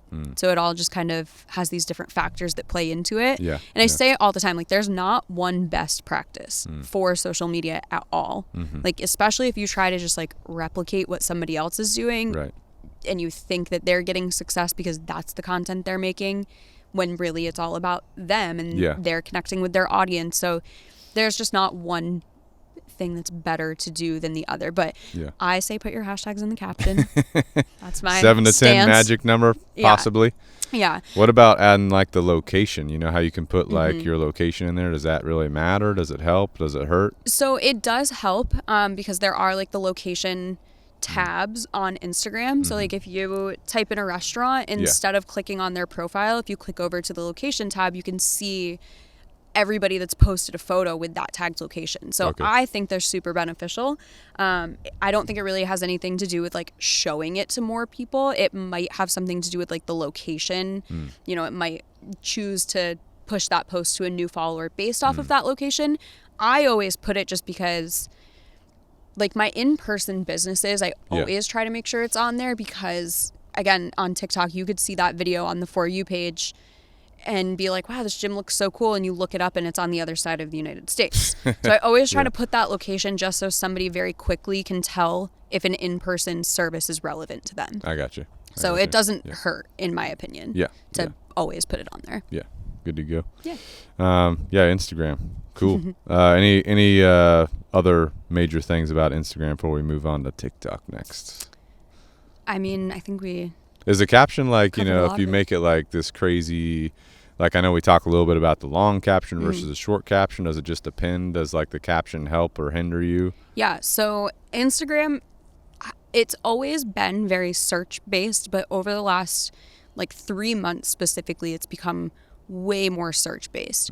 And a lot of that is going to come from like keywords that you're using in your caption. So people are going to explore, they're typing in something and then you might pop up in one of those. And it used to be like you had to use that hashtag to pop up. But now Instagram is becoming a little bit more like keyword focused. Okay. And you can see it like when you go to Instagram and just like if you search dog training, it used to auto put that into a hashtag. Now you can literally just search that term, dog training. Okay. So your captions are going to be super valuable for getting those keywords and like for, you know, SEO purposes and kind of making sure that you're showing up in the right places. And like something on videos specifically on Instagram is like, if you are adding your captions like words on the screen not in Instagram, one of the best things that you can do when you put that video into Instagram is add Instagram captions, but just make them like super small, like pinch them away until you physically can't see them. But Instagram's still picking up those words. So it's still going to classify your video based off of the words that are in that video, because Instagram can't necessarily read text that was added elsewhere. Right. So even if your captions are already added, when you go to upload it, and you can do it, like, I don't know if you've like poked around in there, but like right in the stickers tab, you can just hit captions and they'll auto populate. Right. And you literally just make it super tiny and move it off the screen a little. Good to go. Yeah. Like if you were using CapCut for your captions because you liked it better. Yeah. Once you post it on Instagram, you're still going to allow the captions. You're just going to shrink them so they can't be visible. Yes. Move them off to the corner or something like that. Yes. And then that way Instagram's algorithms are still picking up your terms. Yeah. Good hack. Good to go. Which, like I don't want to say like, you know, that's going to guarantee that it's going to go in the right place, because you can't necessarily. Yeah. And that's not going to hurt you, I don't think. Exactly. And that's because I do like the way that like CapCut's fonts look better. Like Instagram only gives you so many options, and like you can only choose certain colors and like certain formats with the background, and like CapCut has the ability to do way more like formatting with them. So it looks better. But in order for Instagram to be able to read what you're talking about in your video, just adding the native ones. For the small business owners out there, CapCut is a editor that you can have on your phone. So you might want to check that out. But also I feel like Instagram probably wants you to be using Instagram to edit your videos. Yes. That might help you. Would that help your reach or anything like that? So Instagram has said, do not post anything edited elsewhere. Oh, really? It has a lot to do with like the metadata that's attached to it. So like what they really don't want you doing is like straight up downloading a TikTok with the watermark on it and posting it. They'll cut that, won't they? Yes. They did at a certain point. They'll take They'll it. just destroy your post. They They did won't for get any us for a reach. while. Yes. They were flagging us. Have They were you telling got? us. Yeah, Have you- Facebook, YouTube, Instagram, TikTok. They're pretty much. You As soon need as you to upload. Yeah. record your content, like not on any app. Yeah. You know, it's gonna Which- save you a lot of time. Yes, you and know? that's what all platforms want. Like Yeah. other than like YouTube where you're doing like full like Right. hour-long videos, but like Instagram specifically wants you to be using its own editors. Super unfortunately, their editor sucks. Like Yeah. it's literally so glitchy. It's pretty bad. It's horrible. It's the worst. So just for my like mental stability, I can't edit that.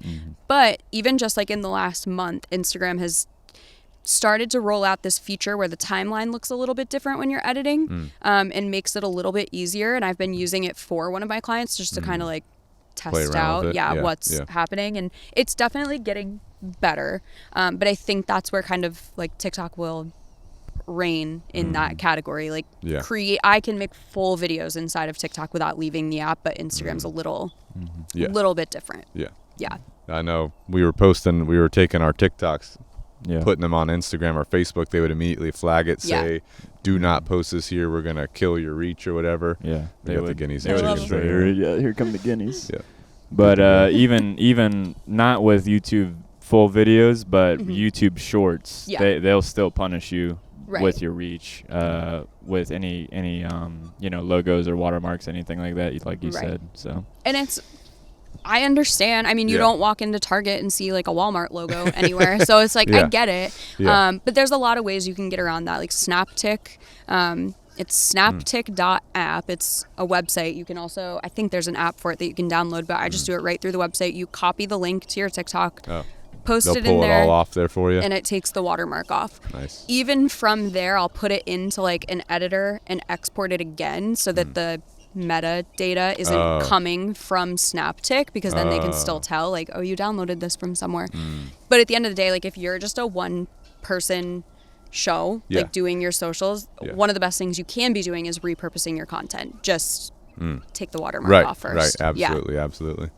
And even though every platform probably has, which we'll talk about later, like their own preferences as far as the content goes. If you're like a small business starting out, or you're a one-person show, you're looking for time. Yeah. You know, and you're probably going to be trying to double tap your content. Right. So I don't know if you could like make it in CapCut, for example, and then just download it and then upload it to each platform separately. Maybe do a little editing in that platform to kind of beat the algorithm. That's literally exactly what I teach people to do in one of my guides. Okay. Is if you are comfortable making content either inside of TikTok or inside of Instagram, Yeah, we're gonna have to pause for a second.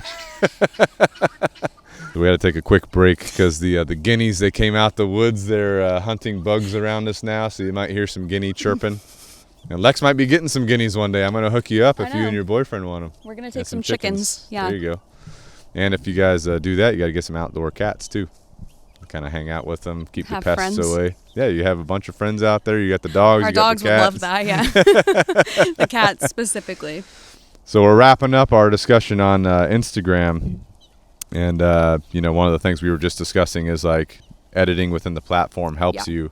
So if you like if you're a single person operation, like a small business owner, take your video from CapCut, upload it to Instagram, do a little editing here or there, then post it. Same thing with Facebook, same thing with TikTok, but it started in CapCut, for example. Just don't take a TikTok video, then upload it to Instagram Right. or Facebook, because they will punish you for that. The algorithm will. Right. But I think I like Instagram like more than Facebook. Yeah. You know what I'm saying? And obviously I post in my stories, and I don't do like a regular post that often. I was trying to, but being as busy as I am, I'm like, this is not a priority. It's a lot.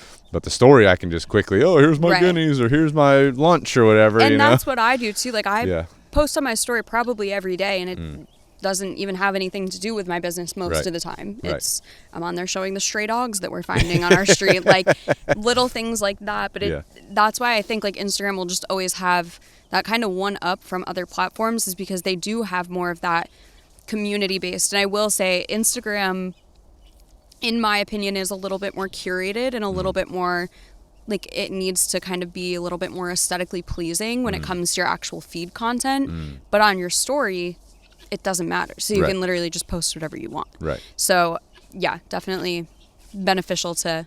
I'll tell you who's Having that. really good at Instagram stories. I don't know if you follow him. If you don't, you should. Oh, God. But Juji Mufu. You Oh, know no. who that? Oh No. my God. Wait, why? What does he I post? turned Ben on to him.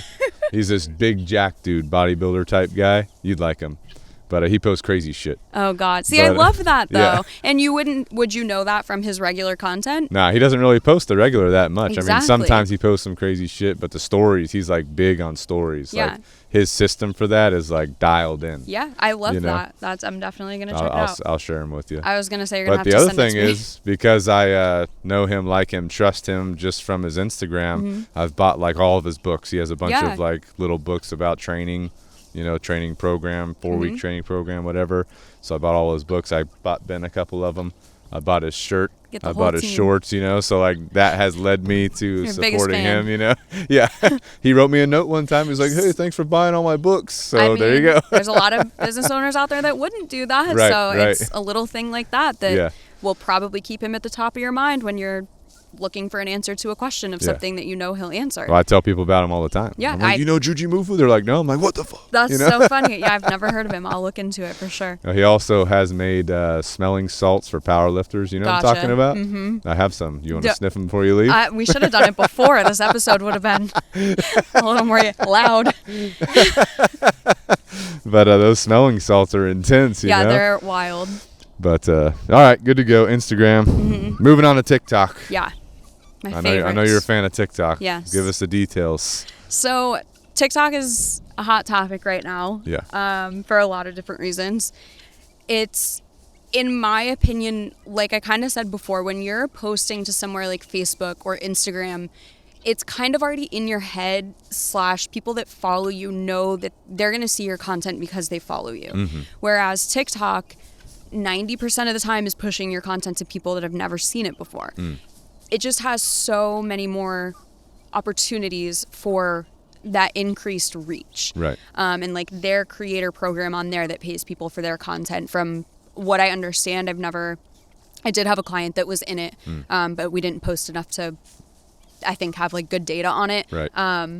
But from what I understand, that's one of the best paying of the platforms to be on there. So We're in it. I don't think it's, I would actually disagree. Oh, I really? Well, Yeah. based on being in the Facebook bonus program Gotcha. and TikTok pays pennies compared to what Facebook would pay. But Facebook's not Like- paying But they nothing. took it Not away. anymore, Right. not anymore. So now it's back to TikTok. But like Right. you legit have to do like millions of views to make like Right. actual money. Right. Otherwise, it's like if you get like 1,000 to 2,000 views on like each video you post, if you post like a day, you'll probably earn like 14 to 20 cents. Yeah. Like per whatever this is. It's like per view. yeah. But it's like you have to get like 1,000 views at least to start making money. Which is why I So- don't encourage people to.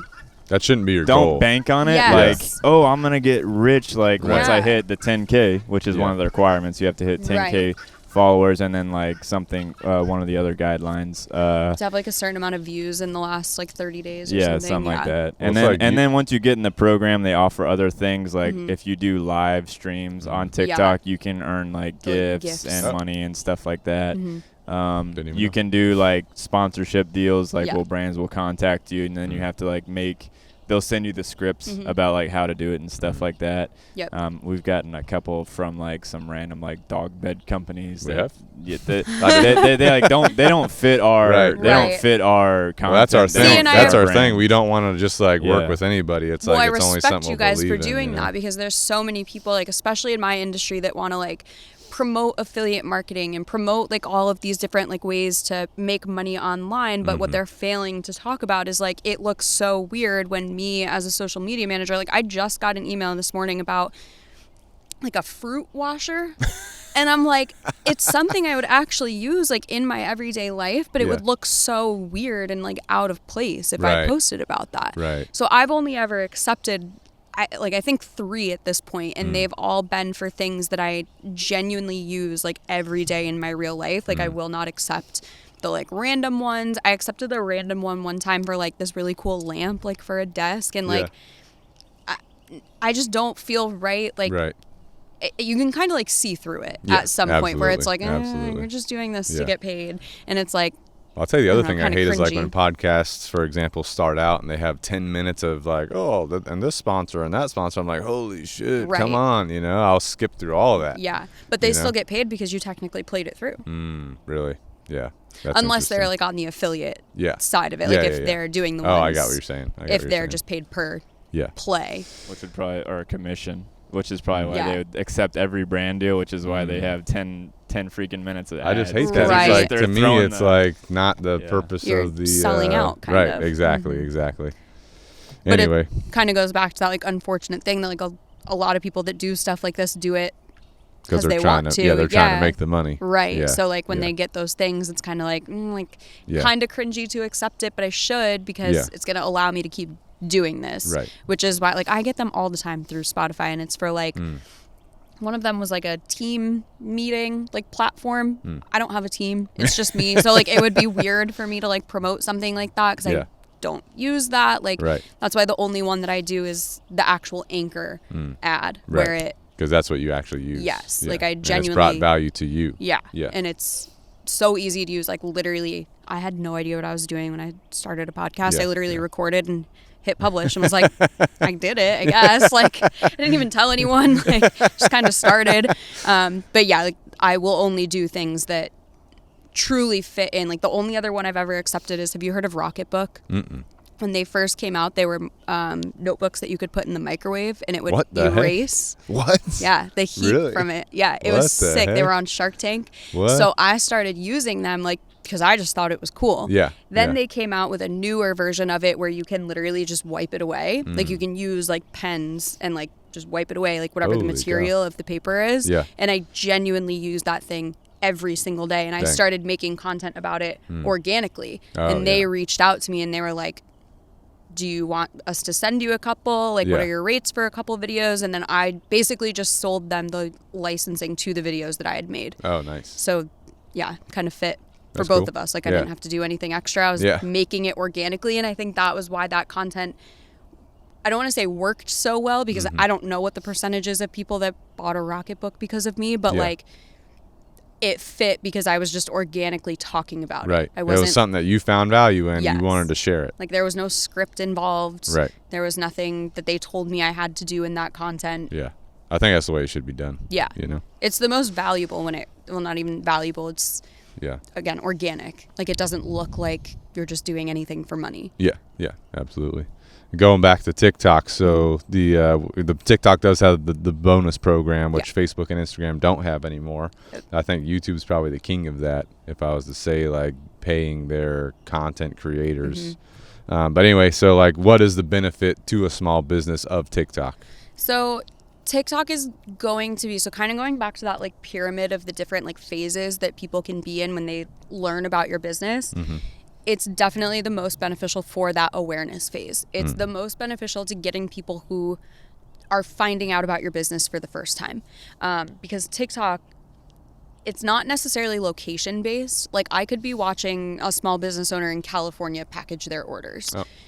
And if they're just like an in-person store, that's not necessarily relevant to me because I'm not in California to go shop at that store. Right. But it at least gets the vision out there. It gets this brand out there. It gets them awareness. And Yeah. not that having a lot of followers is like a make or break or anything, but you can start to look a little more like reputable when Right. they start to build up. If you did it organically, I know a lot of people will buy them just to... You can buy them on TikTok.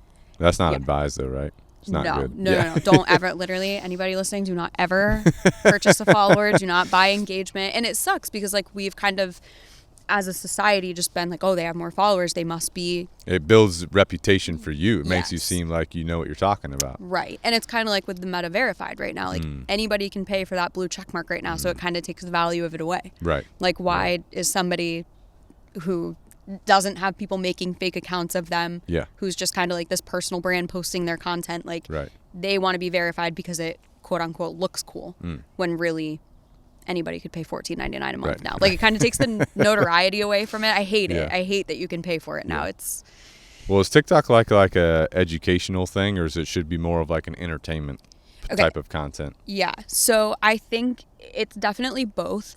I like to kind of look at different platforms of like, people know why they go to different platforms. Like, usually people are opening YouTube because they're typing in a specific question. Right. Usually people go to TikTok, and it's kind of changing now where more people I think are using TikTok like Google. Like I go to TikTok for a lot of things that I go to like after Google, like before Google. Really? I'm a visual person. Yeah. Like I like to like see things being done. So if And I'm you like the short form? I love the short form. Yeah. Yeah. I'm a big fan of that. What's the limit on the videos? On TikTok, it's like 10 minutes. They isn't it? just okay, increased to 10 minutes, which I think will kind of start to. I think they're trying to compete with YouTube. Obviously, you can have as long as you want on YouTube, but I don't think TikTok will ever fully replace YouTube because, again, YouTube, you know why you go to that platform. Right. Like, you are going there. You're not opening YouTube and being like, oh, let me see what I can learn today. I mean, maybe you are. Yeah. For the most part, though, you're opening YouTube because you know there's a question that you want answered. You know, YouTube's great for watching when you're in the shower or taking a bath. You know what I'm saying? If you're into that. That's why I listen to so many podcasts. Like I just have podcasts yeah. going like in the background, like all day. Just if I didn't hear something, I'll like rewind it a couple minutes and like really hear what they were saying. But yeah, YouTube is definitely, I think, always going to be its own thing. But TikTok did just introduce the 10-minute feature. And TikTok recently, not so much recently now, but like they had TikTok stories, like tried to compete with Instagram. Did they cut that or is it still there? I think it might still be there. I don't personally use it and I don't really know. It's definitely still there, but I don't really think anybody. So TikTok's more of like the real type video where it's it's like a quick video, getting information out there. You But know, it's- go ahead. I was just going to say it's funny because like when TikTok first started, the limit was 30 seconds. Like it was between 15 to 30 seconds. And now that it's going up to 10, like I do find myself spending more time like watching a 3 to 5 minute video that I don't think I would do on Instagram. Yeah. So TikTok, I think it's the best for both educational and entertainment, like those two things. And if you can combine those two things, you've kind of like hit the sweet spot, which I think you guys do both perfectly. Like you do the educational and the entertainment side of things. We got the music video. Yeah. I mean, you're getting record labels out here. Yeah, I think you hit the nail on the head about the search optimization with TikTok, because they also do something now with the platform. If you like a video you see that might be under a minute or it might be longer, if you go in the comments section, at the very top of the comments, they have the keyword already typed in for you, Really? and it's highlighted. So let's say dog training, right? You use those hashtags or whatever, the dog training shows up and you click on dog training, it shows you all the videos with the dog training hashtag. Or Really? And the that keyword. feature's kind of gotten crazy because crazy. like it'll also take what people are asking in the comments. And then it'll highlight them. Yeah. So it'll be like that person in the video may not have ever said this. Like, okay, I watched this like true crime one the other night, and this person goes on to like tell this whole story of like this true crime, and then in the comments was like the name of the girl and then like trial. So like people were already looking for that next phase of like, okay, well, what happened next? And because of that, TikTok was like, oh, well, we'll just make it easy for people to find. So it like automatically links at the top, which is actually one of the most Interesting. It's one of the best things that you can see on your content because it shows that TikTok understands what your content is and it's categorizing it. Yeah. So And it's really good for context too, I think. Yes. So if you get a clip of something, like let's say you follow someone or you're on your For You page and you see a video about like the Alex Murdaugh trial, right? And you're like, you don't know what's going on. Yeah. Or like you're watching a video that's like Super about something specific. specific and you're like, what's going on? It'll say Alex Murdaugh trial. You click on it. Now you can go through the library of videos, catch up on everything, which you're probably spending 30 minutes in the search Scrolling optimization. Staying on the platform. You're extending your time yes. on the platform. It's you know? every Well, how do you get platform's into goal. how do you get into the video? I guess TikTok has to categorize your video. TikTok does all of that. It does it for you. Yeah. So you have to make sure you're building your content for that Yes. niche, and then you're tagging it correctly, and then Hashtags. TikTok will push you to that category. Is what you're saying? Yeah, between the words that you're actually saying, text on the screen, your caption, and your hashtags, all of those things are putting it in front of the right people. And then from there, kind of figuring out, it's like kind of scary. Like they're figuring out what people's next search is going to be. Yeah. Like they just take that. It's actually like terrifying. Yeah. Have you guys AI. thought? I literally was just going to say, have you gotten into No, all of that. No, we're not. I'm not on GPT Oh, or anything. anything. I've watched stuff Life-changing. about it, but it's crazy. I know you did some stuff with it, right? Yeah, it's pretty crazy. There's people that are like, here's $1,000, make me $10,000, and ChatGPT I did spits see out. some dude on Instagram. I read his story about that. Well, it's funny. I was just looking at somebody last night, and it's like it's like a brand new account. Well, not new, but he like posted a video, and he was like, for the next 30 days, I'm gonna post everything that ChatGPT tells me to post, and like going through all of his posts, they're like 50 views, like 4 views, 2 likes. And I'm like, so it's not giving you good content, Right? Like right. there's good and bad ways to use ChatGPT specifically. For like inspiration or like a prompt to like get you started on something, but it's to me never supposed to be like copy and pasted, because it's also pulling that information from other sources. Right. Therefore, Well, you might interesting story about ChatGPT real quick. Oh, God. Not to get off too far on the sidebar, but got a buddy on me. But Joe Rogan just did a recent podcast with Peter Attia, who's a longevity expert that I pay attention to. And they were talking about ChatGPT, and Peter Attia is into like Formula One racing. Okay. So he was trying to test ChatGPT. He asked ChatGPT about this one Formula One race that he knew all the details on. Yeah. But he asked ChatGPT what was special about this race, and ChatGPT basically made up this crazy story that was not true. Isn't that crazy? And he was like, if I didn't know, I would have believed what ChatGPT said, but it just made up this story 100% inaccurate. So how many times is it doing that to other people too? You know? And like I've done it where I'll be like, okay, write a blog post about this, like use a unique point of view, like make it sway this person to thinking this. And when you put it through a plagiarism detector, like Grammarly has an extension that you can download, it says plagiarized. Like it straight up says this is copy and pasted from somewhere, because it's pulling its information from different websites. Yeah, yeah. You can put it through like a word rephraser, and then technically it's not. But right. that's why I just hate when people, like there's so many people in my industry who are like, using ChatGPT and then copy and paste and make all of these Canva graphics. And it's like, okay, but like go look at somebody doing that, because their engagement is shit. And well, I've seen like a social media person on Instagram say, use ChatGPT, have it give you 100 motivational quotes, and then have it create the Canva for you, and it showed this automated way of doing it, and it said post one every day, you're good to go. I'm like, that makes no sense. The amount of people that send that to me, and they're like, isn't this so cool?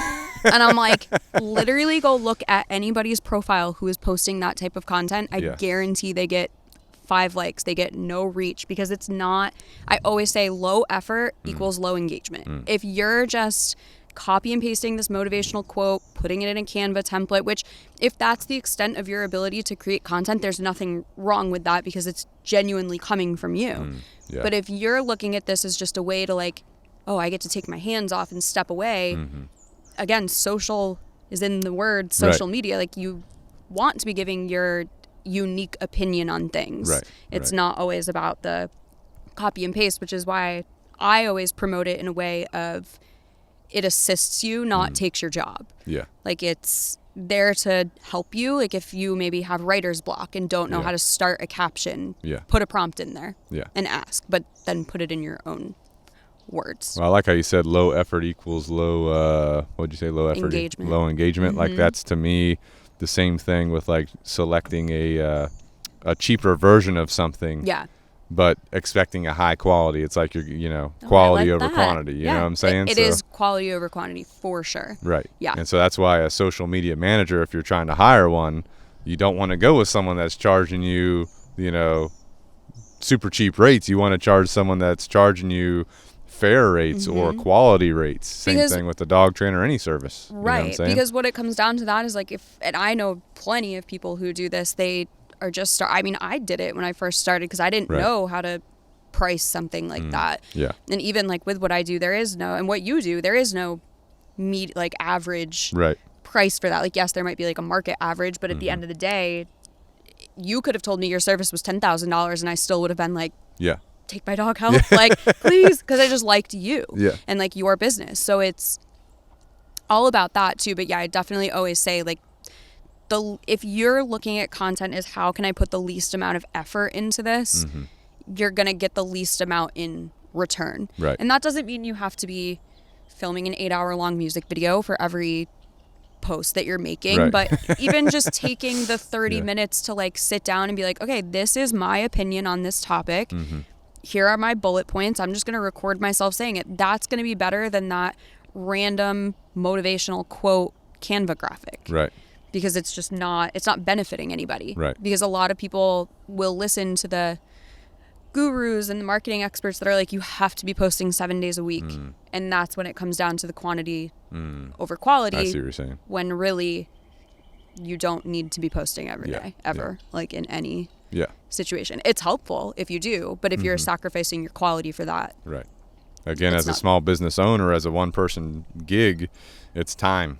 You know, how is your time going to be time managed properly to be as efficient as possible? Because if you're spending all your time creating and posting content, you're not spending time on your actual service or what Right. you do. You know, you could screw yourself in the end, you Right. know, something like that. Yep. But jumping back to TikTok, you know, like we talked about it being primarily used for awareness. We talked about it being like Google. People are searching on it, mixing education with engagement, you know, any other key topics about, you know, putting your keywords, setting up your caption properly so that TikTok can start pushing you to other people. Yeah. You know? I mean, it's kind of the same concept across all of the platforms. The more information you can give this platform about your content, the better chances you have of it going to the right place or going to where it thinks that you want your content to go. Yeah. So same thing. And like, I feel like I started saying this, but then stopped. Like when I'm teaching people how to just start getting content up, and I focus primarily on short form video. Like I don't want to say it's the only correct content that you should be posting, but it's usually the biggest hurdle for people to get over, but it has the most return, which is why I'm so like, we're using short form video. Right. Well, that's where the attention span is today. Exactly. You know? And like you can get so much more information in that 30-second video than you'd be able to get in just a graphic. Right. So the reason that I say, like, if you're comfortable making content on TikTok, if you're comfortable making content on Reels, you are better off making it in that external editor, bringing that blank copy into TikTok, adding the text in there, adding the hashtags in there, putting all of your keywords. Yeah. Hi. That's Muffin. Hi, Muffin. We got Muffin the chicken hanging out. Lex is getting chickens one day. We're One day. gonna be your chicken supplier. know, I your can't chicken wait. dealer. I'm going to go home and tell Ethan I found us some chicken. He's going to be thrilled. But yeah, I mean, there's a lot of like best practices on TikTok, but really it goes for like any short form content. Like you always want the first few seconds to be attention grabbing, whatever that means for you. If you have any sort of like motion in your video, like somebody sitting down and just pulling their phone out to record, usually they have the best messages because they're the people that are like, I don't care what this looks like, I just need to get this message out there. But somebody who starts a video being like, I'm absolutely going to blow your mind with what I'm about to tell you in this video, that person's going to get more views than somebody pulling their phone out and being like, hi guys.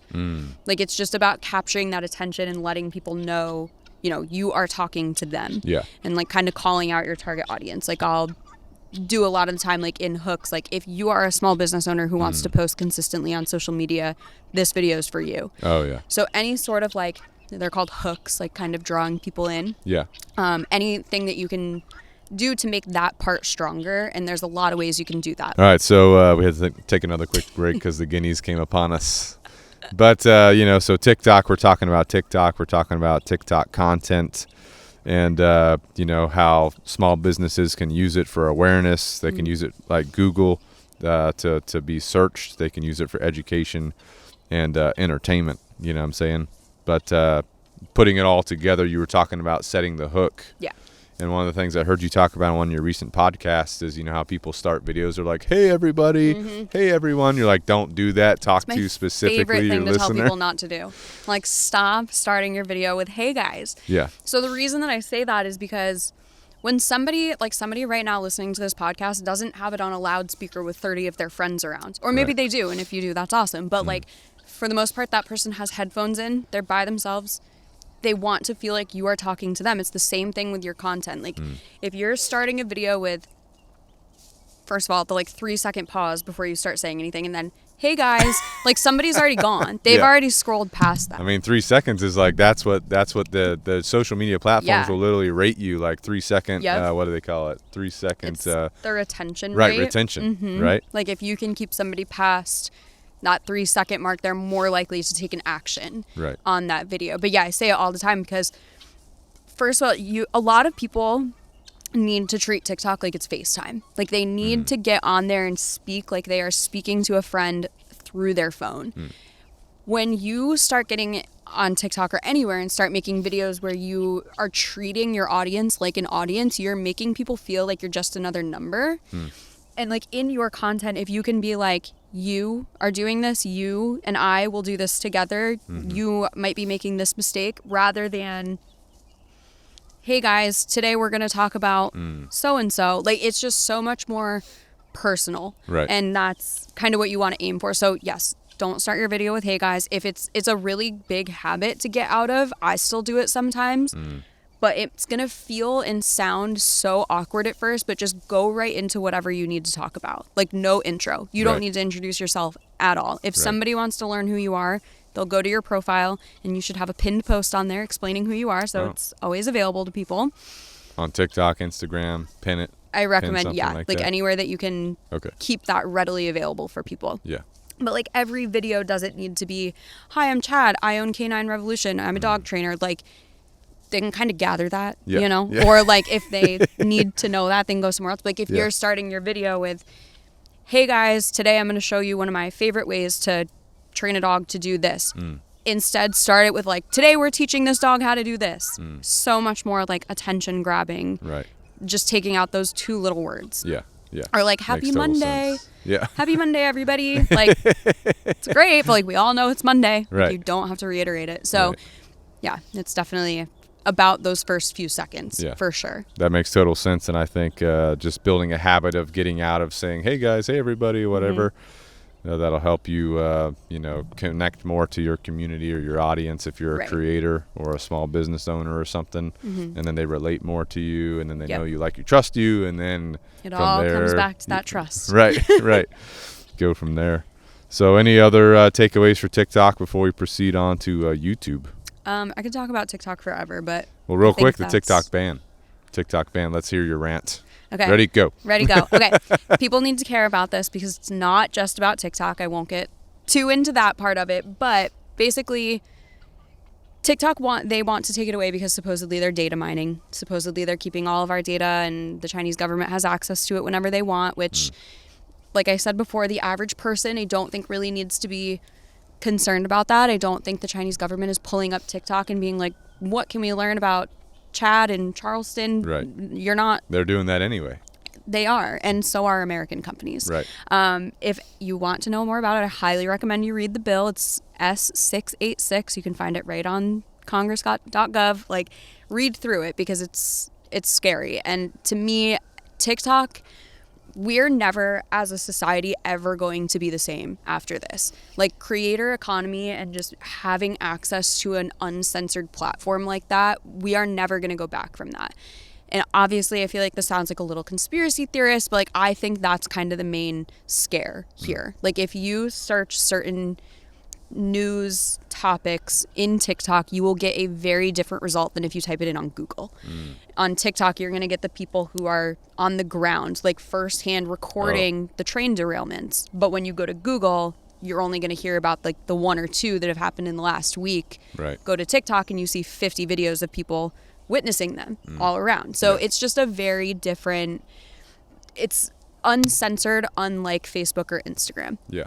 And I don't think we're ever going to go back from that. I think as humans, we are always going to be seeking that out.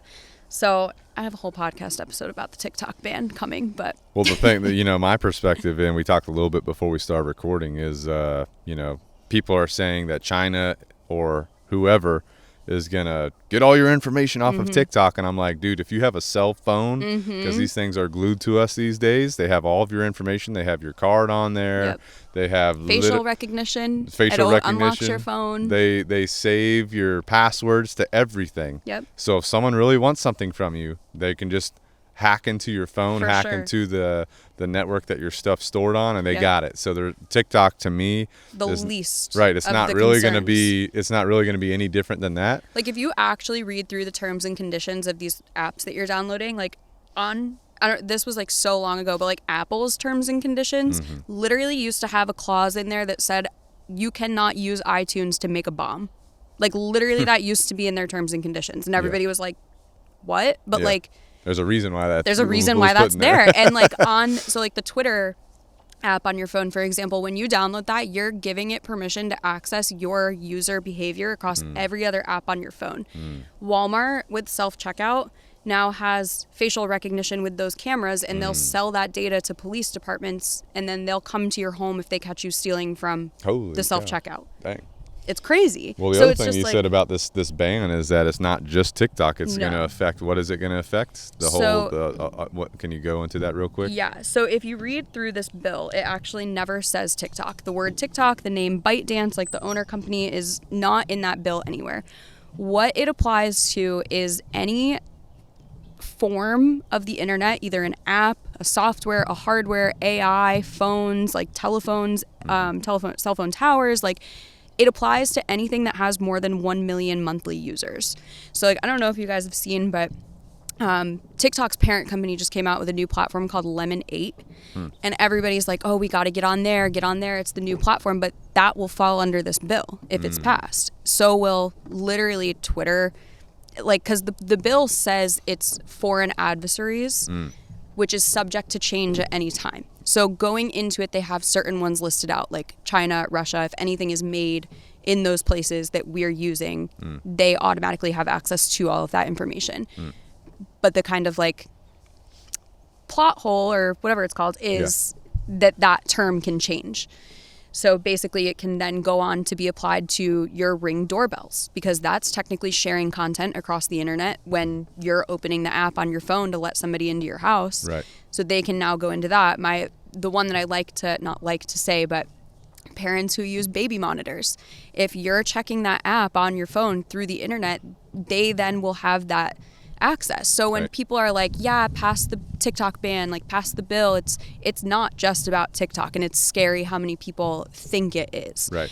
However, there was a hearing it had to have been last week, and I might get this part wrong, but I believe it was the Republican senator from Tennessee is objecting it. And all it takes is one senator to object that. So basically that bill 686 is supposedly not going to be passed through, but they did just introduce 2 new ones that do say TikTok specifically. I believe it's H1153, and I could be wrong on that too. They're going to try and push it either way. Yes. You know. So basically, what can people do? Get all of your content off of the platform. Like, use the SnapTik app, go through and download all of your videos from these platforms, save them. And it's kind of scary because even saying like save them in a Google Drive folder, but that's going to fall under this bill if it's passed. So it's like, really, we're kind of giving up all rights to the internet. Not that I think anybody should be doing anything weird or sketchy on there. Yeah. I just don't think there's a need for this type of what they're comparing to how China has like its social censors and stuff. That's what they're trying to do. And that was Rand Paul's biggest kind of argument back to it, was like, you know, we're doing this because we want to keep this country away from our information, but we're about to turn into them if this bill is passed. Right. So I just really encourage everybody to go read the bill for themselves, because it sounds like George Orwell's 1984. Like, it sounds very scary and like very exaggerated, but when you read through it, like, it's all right there, and that's what would pass. But as far as what you can do, get all of your content from the platform, save it somewhere that you know you have it. I recommend starting to post on like Shorts. YouTube Shorts will be a good alternative. I don't necessarily think people will run back to Instagram if TikTok does go away. I think they've kind of... Well, that's what Facebook thinks is going to happen. Exactly. Zuckerberg is supporting the ban because he thinks that's what's going to happen. And all of the members of Congress have stock in Meta. So they're all making money off of Meta, and they're not making money off of TikTok.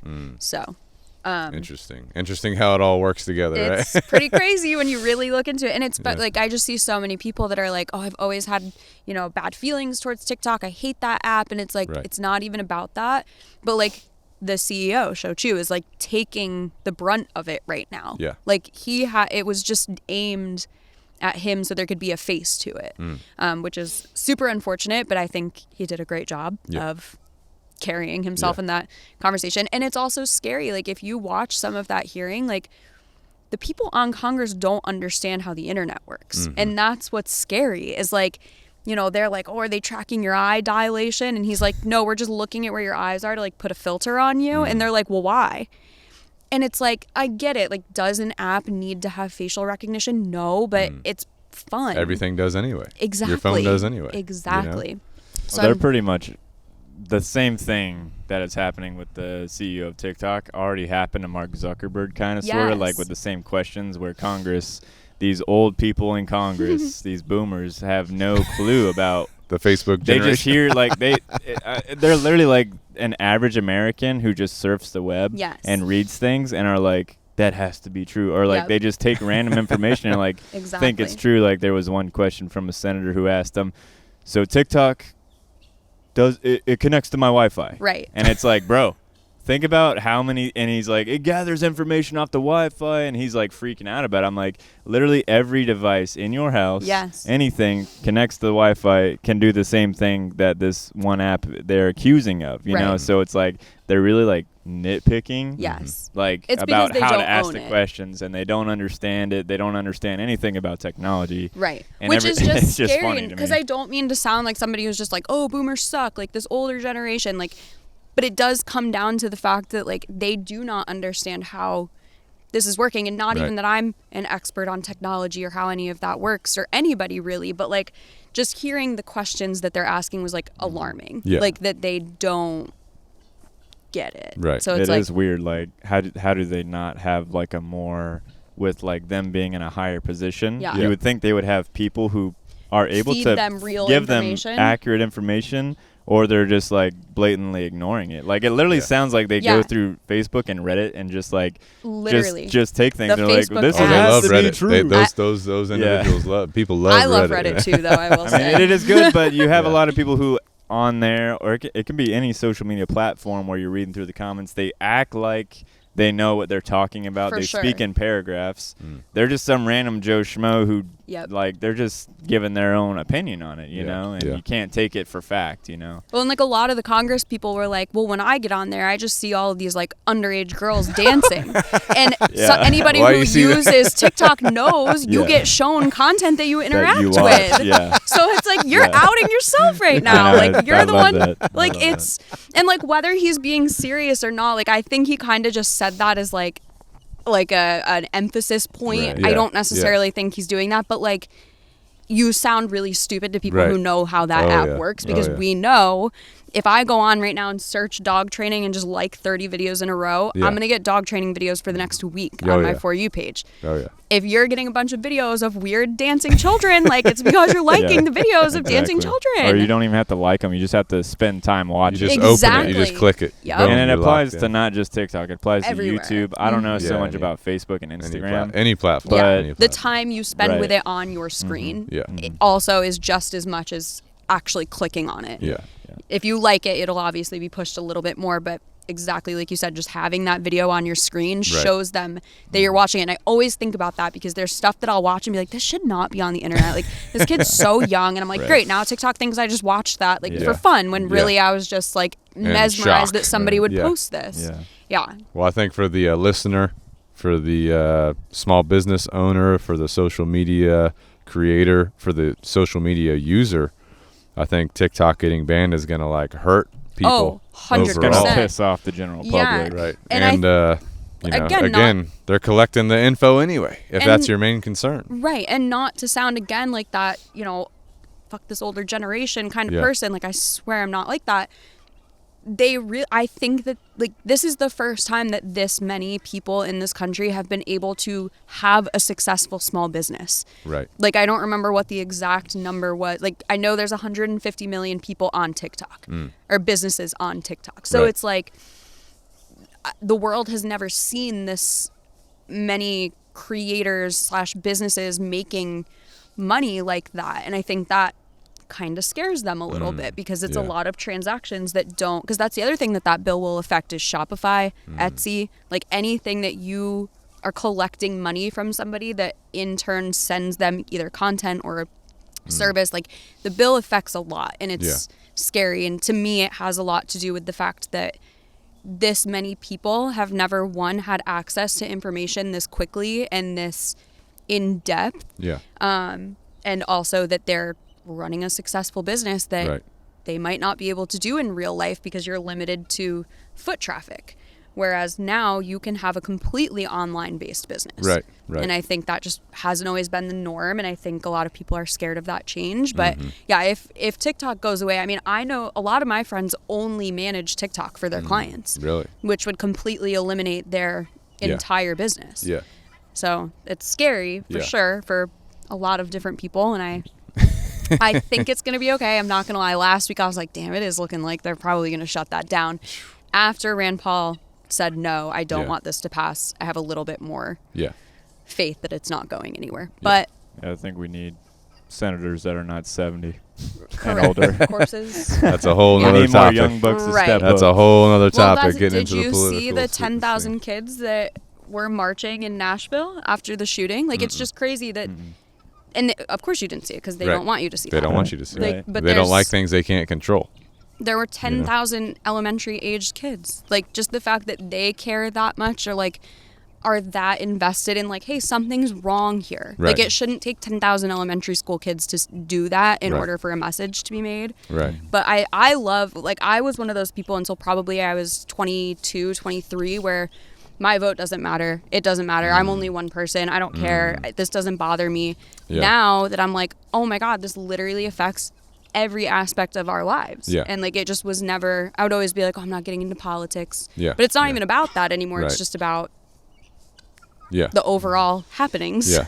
So now I'm all into it. And The I'm like, politics get out of control real fast. Correct. And the taxes. oh God. You know, we're not going to go Whole down that nother rabbit podcast. hole. Yeah. We'll have Lex back on for the, Yeah. for the political We'll have her on podcast. for a political episode. All right, moving on to YouTube. You know, should YouTube be part of a small business, content plan? Why or why not? Yeah. So, like I said before, I think a lot of people, we know why we use different platforms. If you were to ask me a question, or if I were to be like, I wonder how to train my dog to do this, I'm going to go to YouTube and type in that question specifically. And that's not like 100% of the time, but it's how a lot of people use that platform. Yeah. So if you can come up with kind of like these core questions that you're always being asked, or like the core things that you want to teach people or want to be known for, even if YouTube isn't something that you're doing consistently every single week, take that like month or two to film all of that content, edit it all, and then post it, because YouTube has the longest shelf life. So are they okay? Yeah. Okay. We're good, right? The guineas, they're here. I have videos on YouTube that I've posted over 2 years ago that still to this day I get emails from asking like if they can inquire about services. Yeah. YouTube just has the longest shelf life. Have you ever gone back to edit that or adjust anything on that? You just posted it, you built it, and then it's there And as a that's- resource? Yeah, and that's kind of one of the best things that you can do is, instead of making it like, here's the best things you can do for Instagram in 2023, Yeah. make it like, here's 5 Instagram best practices. That way it's relevant all the time. Like, it's always, and that's kind of what the difference is, like those core questions that you're answering in these videos, like, should be evergreen. They should be things that are always going to be relevant, even if the platform completely changes. So YouTube, I think, is definitely beneficial. It's not, I think a lot of people see YouTube videos of like vloggers who are like, here's a day in the life. And like, Yeah. that content's awesome, Yeah. but not every person needs to be doing that. So to me, YouTube is way more of that educational, longer style content. Like, I used to do a lot of like, I would teach people how to do like the cool transitions, like in TikTok videos. I can teach somebody to do that in a 30-second TikTok, but there's always going to be that person that wants to like take it a little bit further. So I made 10 different versions of transitions and put them into one video, and that's on YouTube. You can go watch that and like learn everything step by step. I'm literally showing my phone editing, whereas in the TikTok, nice. it's like a screen recording super quick, Yeah. because that's the type of content that people want to digest on TikTok. Is Right. quick, under 30 seconds for the most part. YouTube, to me, yes, there is a place for it in a lot of different businesses' marketing strategies, more so leaning towards that educational content. Yeah. Not necessarily, but then there's also people like Mr. Beast, if you're familiar with him, like Oh, yeah. entertainment. His video, that was the, what was the Netflix show that was going crazy for a while? Squid Game. Squid Games. Oh, Did you see yeah. that? Did you see his remake? So That I was don't, crazy. his content like gives me goosebumps sometimes because it's just like so cringy kind of, but he's an amazing person. Like he literally is an amazing, like giving back so much. Well, literally, his whole philosophy of giving back is like correct. what makes him a good person, you know? And I have a video right now in my drafts that I haven't posted yet because I haven't had time to edit it Oh, because shoot. my team. So we got the preview, we get the pre Yeah. heads up on it. I did like a whole timeline of his career. It took him 6 months to get 100 followers or 100 subscribers on YouTube. Yeah. I don't know very many people who would keep going Right. if they were 6 months into YouTube and had less than 100 subscribers. Yeah. The video that set him over the edge, like from 100,000 subscribers to 1 million, was a video of him counting to 100,000. So it's like, don't tell me that it needs to be this, like, it's just, this is why you can't take that one formula. There Right. is no formula. And then I also recapped an interview that he did where people were like, well, what do you attribute most of your success to?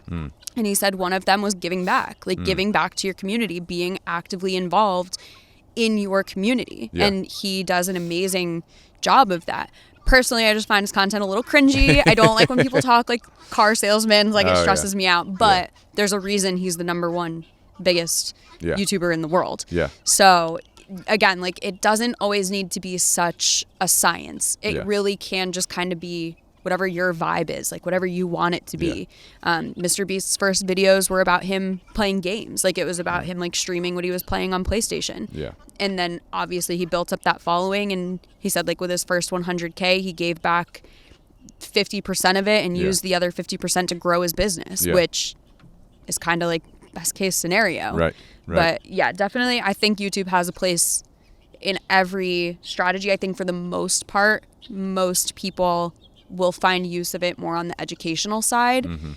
But like even like Jennifer Aniston said recently that like she's scared of TikTok and like YouTube creators because in order to be an actor, like an actress, you used to have to like go to auditions, go out to Hollywood, be cast. Now people, it's removed. You don't have to do that. people literally can just make their own movie on YouTube. Yeah. Like it's just giving people so many different creative outlets, and there's a lot of different ways to use it. But if I had to give like one general, educational is usually the best. I think that's the benefit to YouTube is that we don't have to rely upon like the Hollywood for example, like that whole political and who knows who thing. Right. You can make your own video, put it on YouTube, and be successful. Yeah. Like the people that are going through all the Hollywood stuff can be. So I think it kind of creates that line where it's like you don't have to go that route anymore. Exactly. I think it's a good thing, you know? And there's pros and cons to that, like pros and cons to everything. But I mean, then on YouTube, you just digest whatever you want to. Exactly. It's not like you have to watch this person's like at home video, you know? Right. Like, yeah. And that's like, I have such a skew in my videos of like this one continuously gets 1,000 views a week, even though I posted it 2 years ago, compared to one that doesn't get that much. But there's people that appreciate both kinds. Right. There's just going to be a wider audience for one of them. Well, I think whenever I'm trying to think of like whenever I go to YouTube, it's like, hey, how do you put together this board, you know, or what's the best way to light a candle, you know, things like this that you do in everyday life. It's like, I need to know how to do that, how to change the something on your TV, how to plug in my TV, you know, things that people are doing every day. They're just going to go to YouTube, type it in, and then that's what they're digesting. Right. You know what I'm saying? Or if you're like me, you're in the shower, you're watching some kind of information on nutrition or something like that. And I do it on of course I do it on the business YouTube account. So Ben's like, why were you watching? Yeah, whenever I'm uploading stuff or checking our the watch analytics, history I see all of it. I see the algorithm. I'm like, so he's just watching these kind of videos. That's why I love looking on like my clients' accounts, like on the explore page, like what content they're liking that like pops up. I'm like, I see you like liking those thirst traps. It's funny. Yeah, I think the number one thing to think or view YouTube as is it's globally the number 2 used search engine on the web, and it's owned by the number 1 search engine, Google.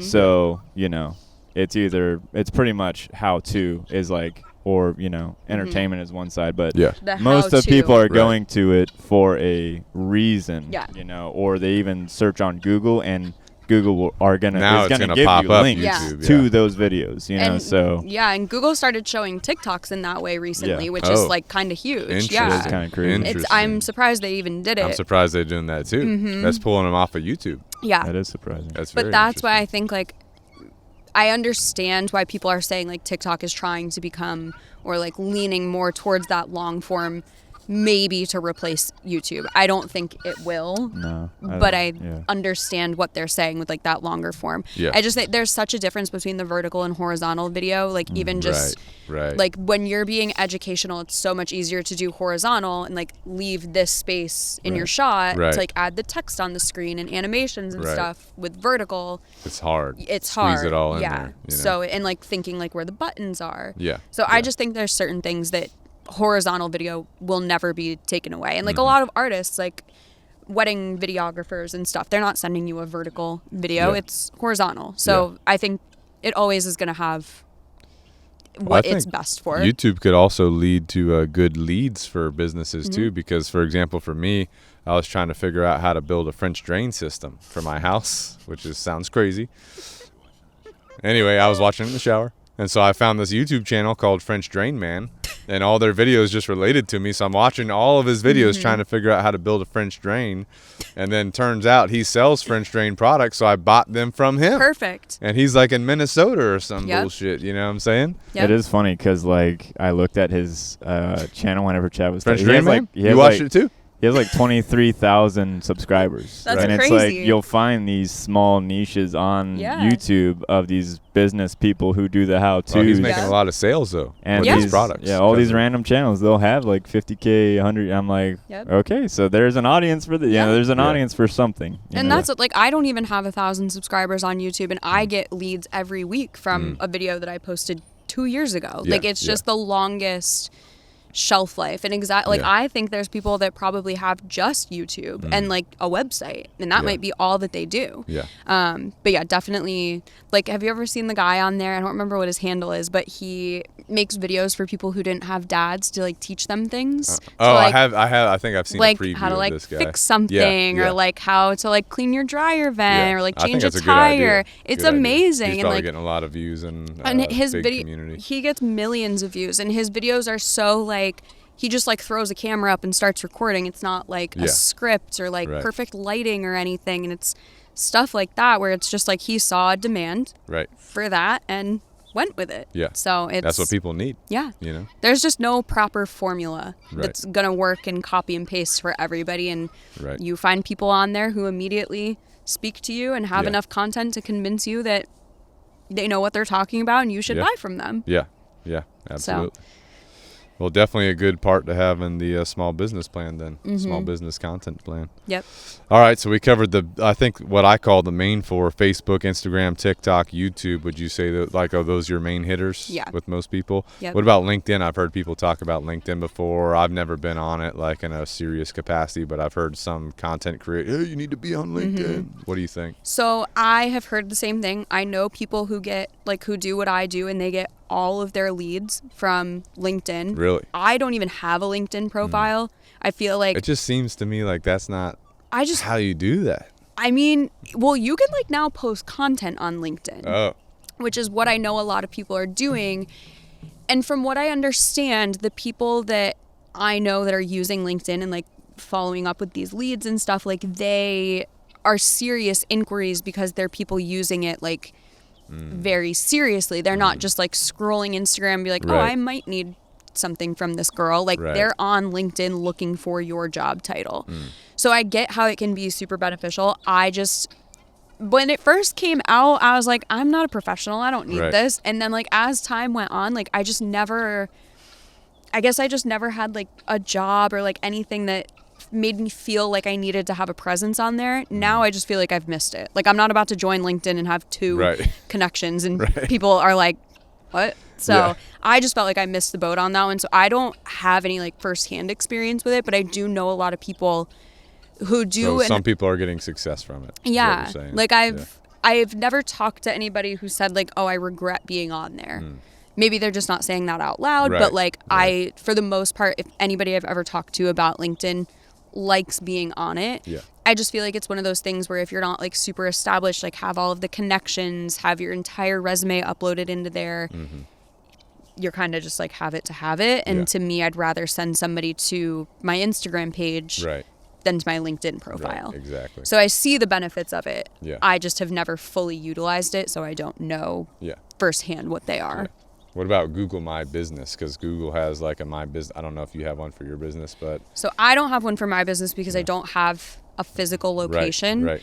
But I do the Google My Business for both of my clients. And Google My Business, if you do it correctly, and I just started doing stuff with that, like when it first switched from being like a Google, like it used to just be like a Google page. Right. And then they introduced the My Business. And from what I understand, they're still very like separate. The Google My Business, what we do, like they have it, you can add in like your specials, like your promos every month. So like when somebody searches your business, it immediately comes up there. You can like tag events, stuff like that. So to me, it's very beneficial. And something that I notice is if your Google My Business page is strong enough, you can almost like bypass your website. Like people can almost trust you enough just based off of the amount of reviews that you have. Right. So Google My Business for getting reviews, I think, is very important. Like if you as a business owner can send out an email being like, here's our link to leave a review. Right. It would mean the world to us, help us find new people. One of the most beneficial things you can do. Because for me, like I know if I'm searching I was looking for window tinting the other day because my car windows are completely see-through. And I got a guy for you. Do you? If you need one. Okay, GW. so I almost ordered a kit and did it myself. I was like, I could watch a I've YouTube tried that video on myself. this. No. Then I went to TikTok and typed it in. It was like the name of the kit that I was going to order. And like everybody's showing like a month later, like it was peeling off. And I was like, okay, so we're not going to do that. I got a guy for you, but he's not on anything internet-wise. He's so he old operates school. word of mouth, That's which right. is super underrated in my opinion. Like I feel like people are so in, and it's a social media manager saying like get out in person, but like the gym that I work with, like I have encouraged them to like go out and do like health expos or like the bridge run that just happened, like go out and do like an expo with them. Like just the traditional word of mouth marketing, I think is so like people forget about it very easily. But Google My Business, if you can get your Google My Business profile to look established and like have enough reviews, if you have it optimized where if you do a service, people can schedule it right through there. Like people will bypass any other research that they'll do just based on those reviews alone. And that has a lot to do with like user behavior. Not everybody is going to be like that. Right. How did I find you? I don't even know. That's what I was about to ask you. Was it Facebook? Or was it Google? No. So I think back whenever I first started, I was focusing on Google My Business, just posting pictures. And then whenever I could get reviews, ask people to leave reviews there. And then Facebook, those were like the two I was using. So it had to have been one of those. Yeah. I honestly don't remember. Or I think, no, because I didn't have that many clients established. Because nowadays people like mention us in their like mom's group or Mount Pleasant group or whatever. Well, didn't you use Thumbtack or something? Was it Thumbtack? That's right.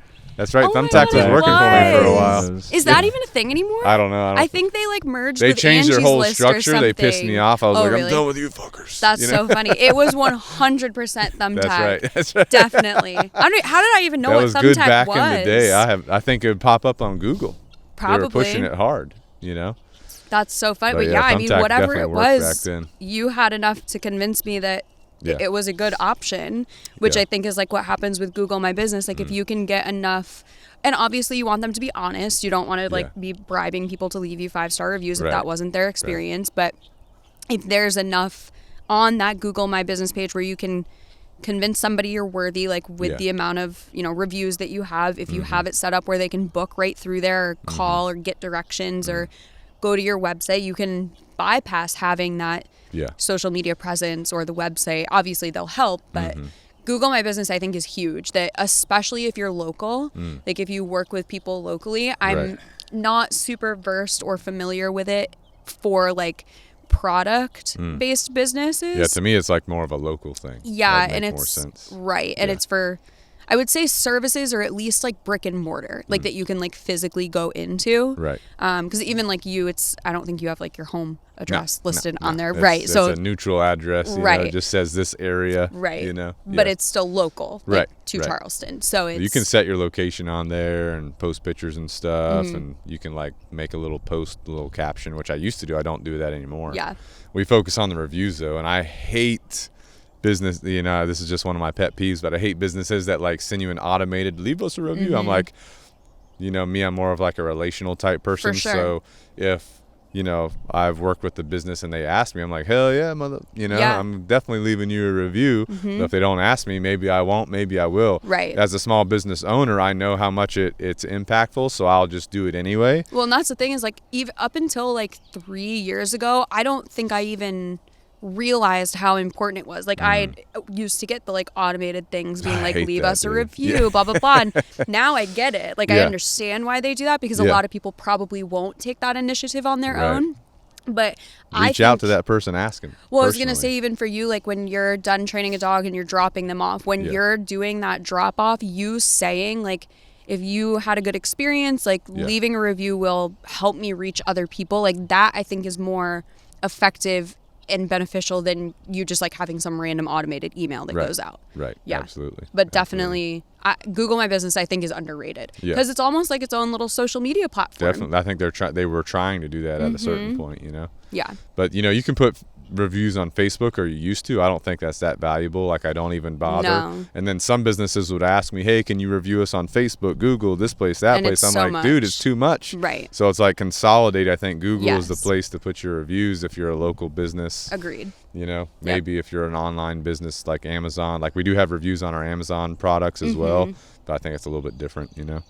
Because that's like going directly Right. through Right, that exactly. platform. Yeah. Which Amazon has its own like little social media platform now. Oh, do they really? I don't know a lot about it because it's not like a program that I'm in or anything, but like you can basically you post content about the stuff that you buy from Amazon and interesting. you're giving Amazon permission to use like what you're saying, your videos, your pictures. It's like if you ever look like at Amazon listings and you click all the way to the end and there's like a random TikTok like showing the product, that's because that person is like in their program. Oh, dang. It's very interesting. Yeah, it's from what I understand relatively new. Amazon's changing the game with everything. You They know, are. they're trying to be in every single aspect Yep. of whatever they can be in. Mm-hmm. Have you used MailChimp at all?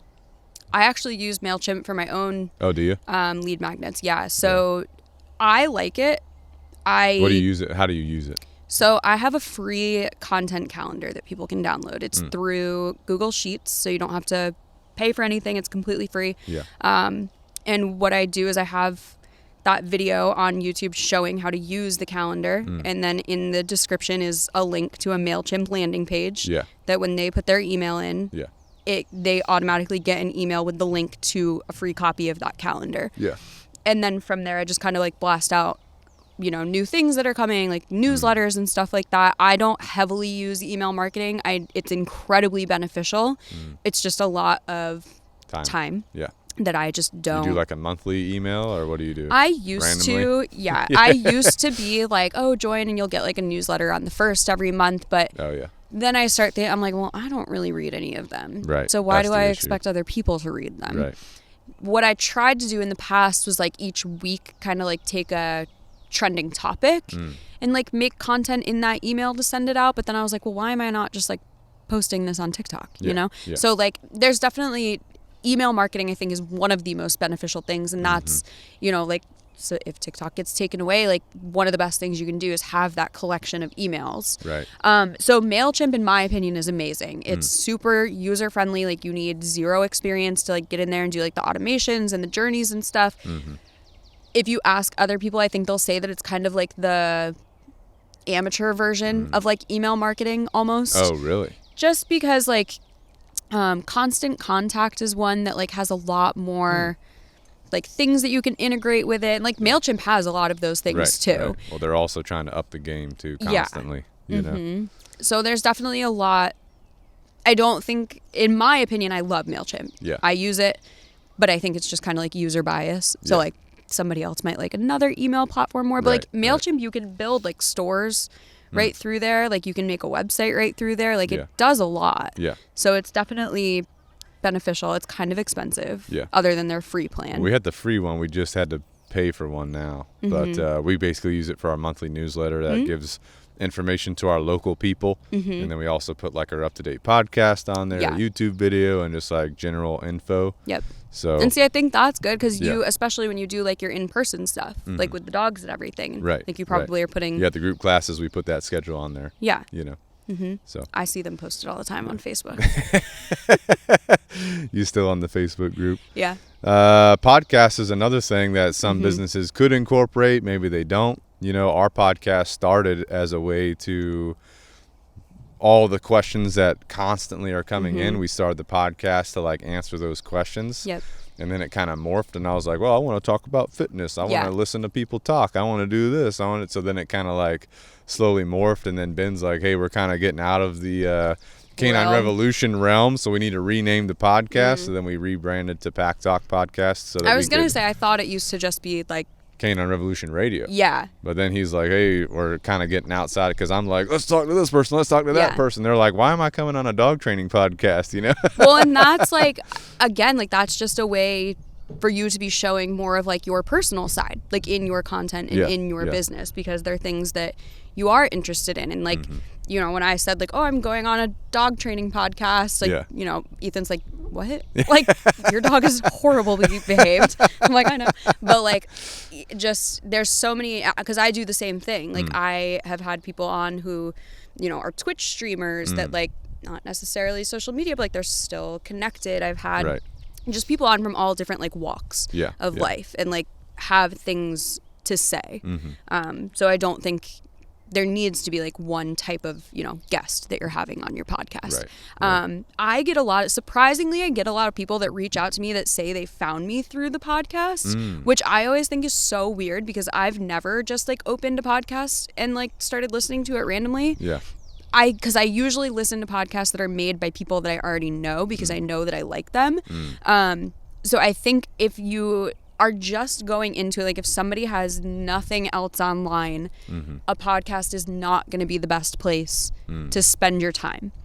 I think forward-facing content will be.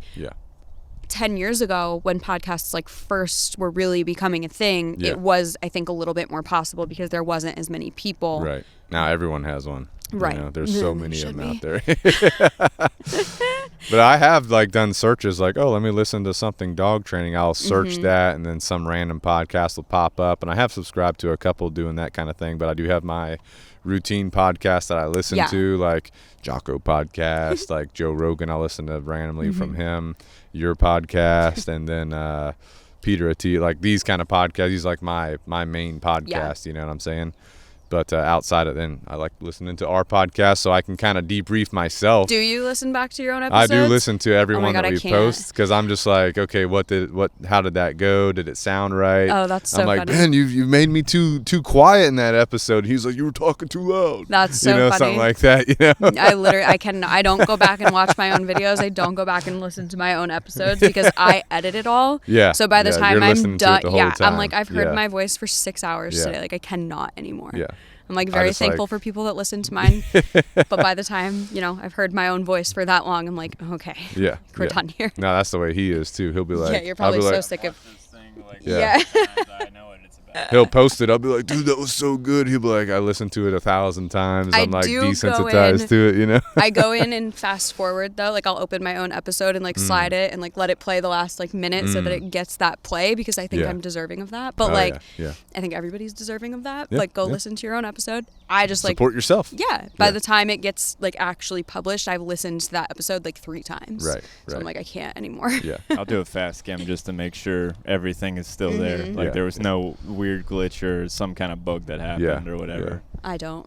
I think a podcast could, benefit a business, but probably not their main aspect, of their social media plan. Because there's a lot of people, like my podcast, I would say is very... Well, for me, listening to your podcast, obviously I'm trying to support you. I like hearing what you say, but also the content, the education you're providing. I drive a lot. I'm driving to Mount Pleasant to train with this person. Like yesterday I was in St. Stephen, so I went, an hour and 15 minutes there, hour and 15 minutes back. I can burn through a couple podcasts real fast.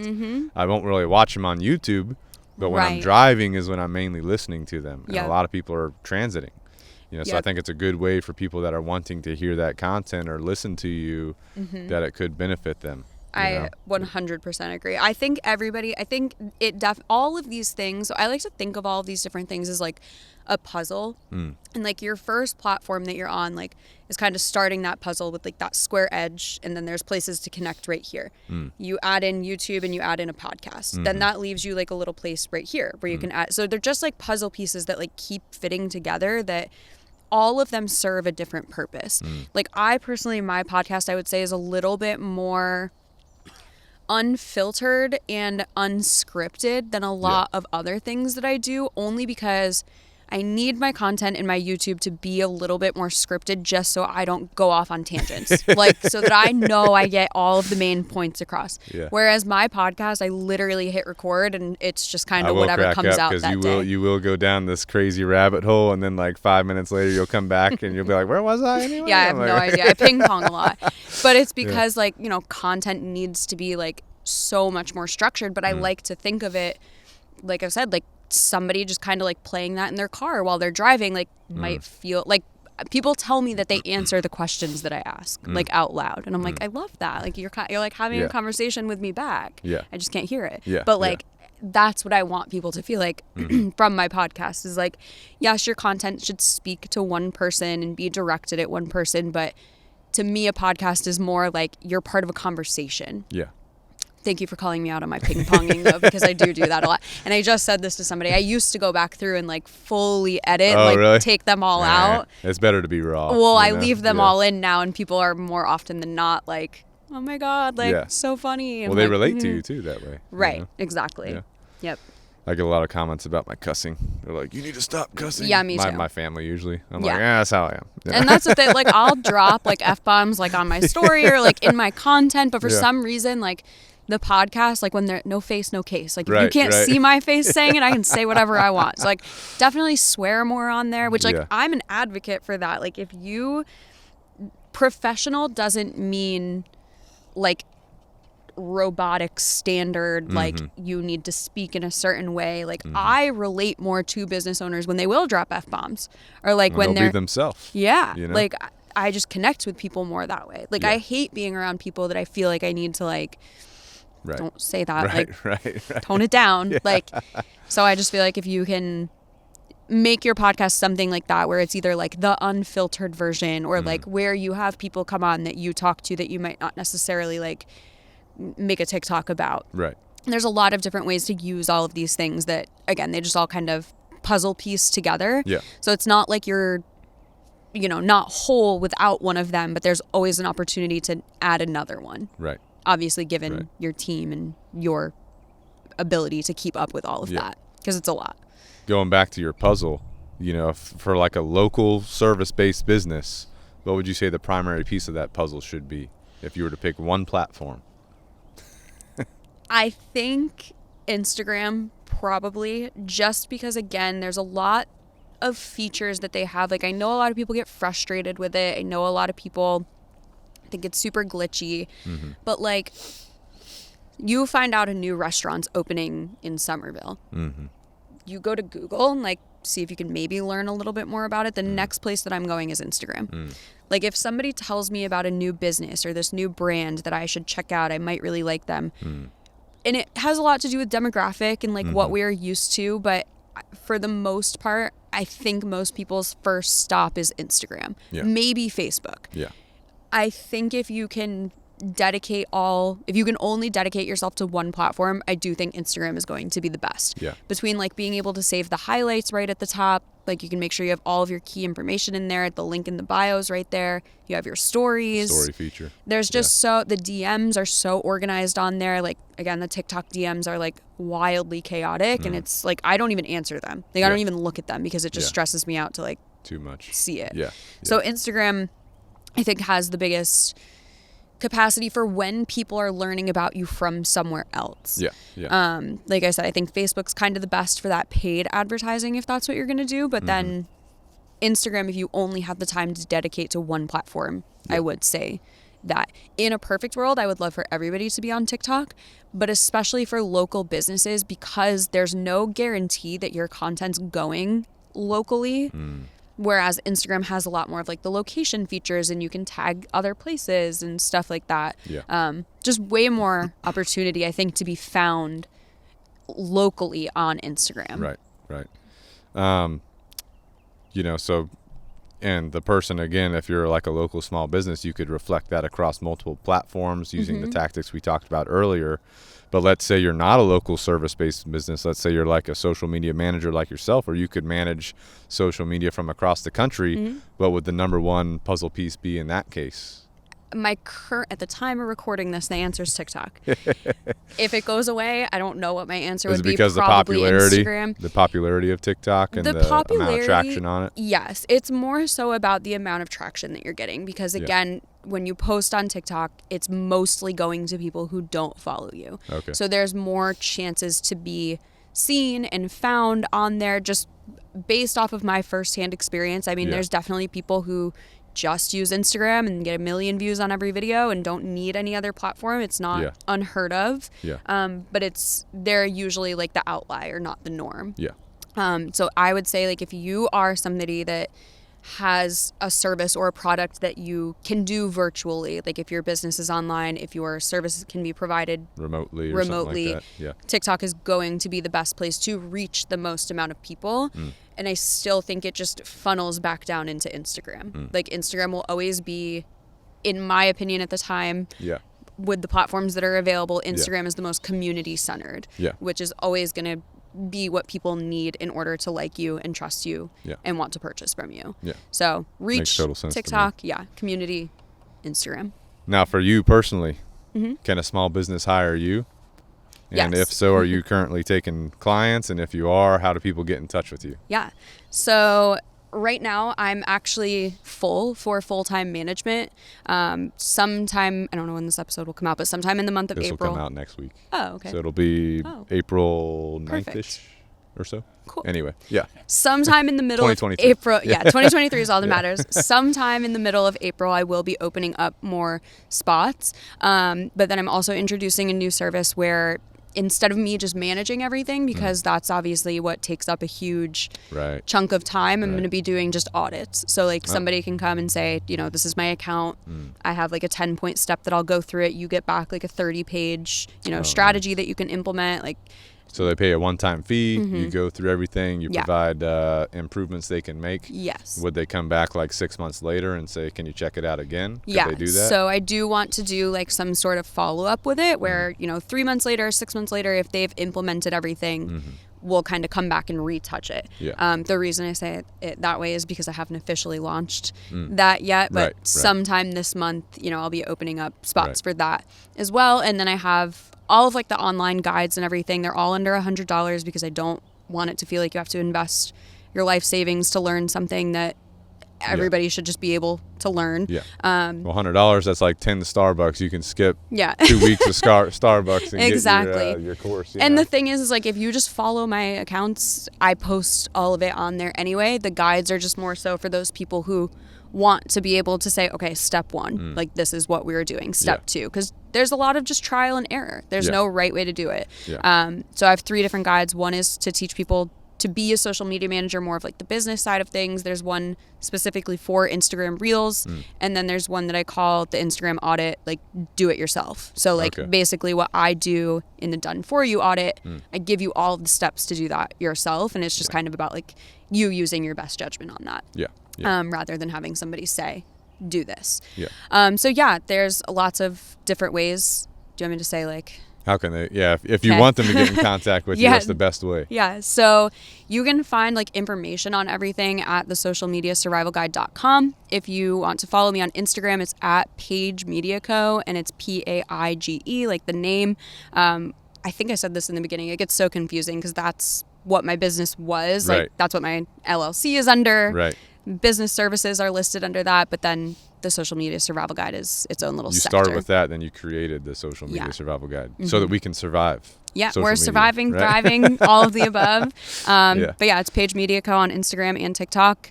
YouTube is at the Social Media Survival Guide. And your podcast, Social Media Survival Guide. Good to go. Everything's at the socialmediasurvivalguide.com. Like I don't even have pagemediaco.com anymore because it's just like not relevant anymore. But everything on there. Pop question for you. I didn't put this in the outline. I'm scared. Pop question on the dot. Okay. If you look at our content, what's your quick assessment? Do you have like one thing you could say, hey, you guys fuck this up. You need to do it better, you know? No, but do you know what I was thinking about and what kind of made me say, like, the whole, like, adding your captions on Instagram was because you guys add your captions on, like, a CapCut, right? That would just be, like, one thing. Like, if you can put that, because you guys have good engagement as it is. Like, you're not, like, failing by any means. But there's always, like, those little optimized things that you can do. So that would definitely be one thing. But as far as, like, your actual content, I don't see anything wrong with it. The only thing... So we're perfect. You're amazing. Yes, you're pristine. The only thing is, like, if you're taking it from a horizontal and making it vertical, it's tough because you have to, like, try to, like, size it perfectly. So as long as you're doing that, like, rather than posting, like, a full horizontal video with black squares above it, you're kind of enlarging it and putting it in the background as well and blurring it out a little bit. That's perfect. So, I mean... I've never seen anything from you guys and been like, oh my God, they should have done this and stuff. Like, you haven't seen the car wash video yet. I know. I'm gonna go that find to you. it. We're gonna get your feedback on that one. But see, like, even that, like, there's no right or wrong way to do that, and you guys take that entertainment aspect of it and. Even if he's embarrassed, I'm like, let's go anyway. Whatever. We're going. Yeah. We're going. I showed up at work and he was like, let's shoot this right now. And you're like, okay. There was no plan. That's so funny. Sometimes that's what you need, though. It is. Sometimes it is. Sometimes. It's more fun to make it, you know. Yeah. Yeah. But yeah, no, I don't think there's anything that you guys are doing wrong. You post your educational content. You show the dogs in action, which is huge. You guys also kind of have that advantage of having dogs in your content. Like, everybody just thinks dogs are cute. Yeah. Those reaction videos are perfect because it's showing you guys in your immediate response to something like that. So. Oh, you want to see some haters? Oh, I'm some sure. Haters go on Facebook. Dude. Yeah. Read the comments. I'm sure. Yeah. Just but all of the one of the above. things I was wanting to, or we had talked about with the React videos, because some people had left us comments on YouTube, and I like listening to the audience. I'm like, oh, they bring up a good point. Is some people are like, you guys are reacting, but you're not kind of giving us your assessment. So I'm like, well, that's a good point. We are reacting. We're like, oh, look at these people, you know. We're like, what's this dog doing? Get it out of there, you know. Yeah, like maybe if you add like 30 seconds at the end to just be like, okay, this is what I would have done in this situation. Apparently, some people would have liked that. Some people might like that, I guess. Yeah, I mean. So they want the education. Right. Yeah. For YouTube, they are coming to us our value of the people. Sorry, the React videos. The people are coming to us, at least on our YouTube, which is where most of our social media content comes from. Is we do our long form content and then we make short form out of that. But like for the React videos, it was more of entertainment at the beginning, but because our YouTube is so educational based, people want that educational value on those videos. So I think it's just more like tweaking the knobs on it, you know? Yeah. So taking the constructive criticism that our viewers give us and making a better video out of that the next one. Yeah. Yeah, for any viewer or listener out there, we do take those comments. We read them.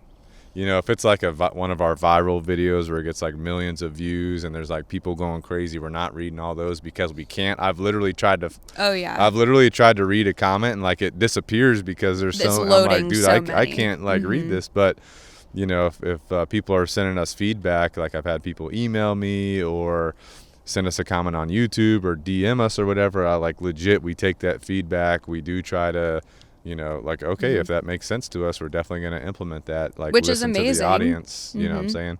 And we do try to reply to a lot of things. We don't reply to everything just because there's a lot. Time is of the essence, you know, but especially Ben and our admin, Don, they're replying to things, trying to get information out there. Yeah.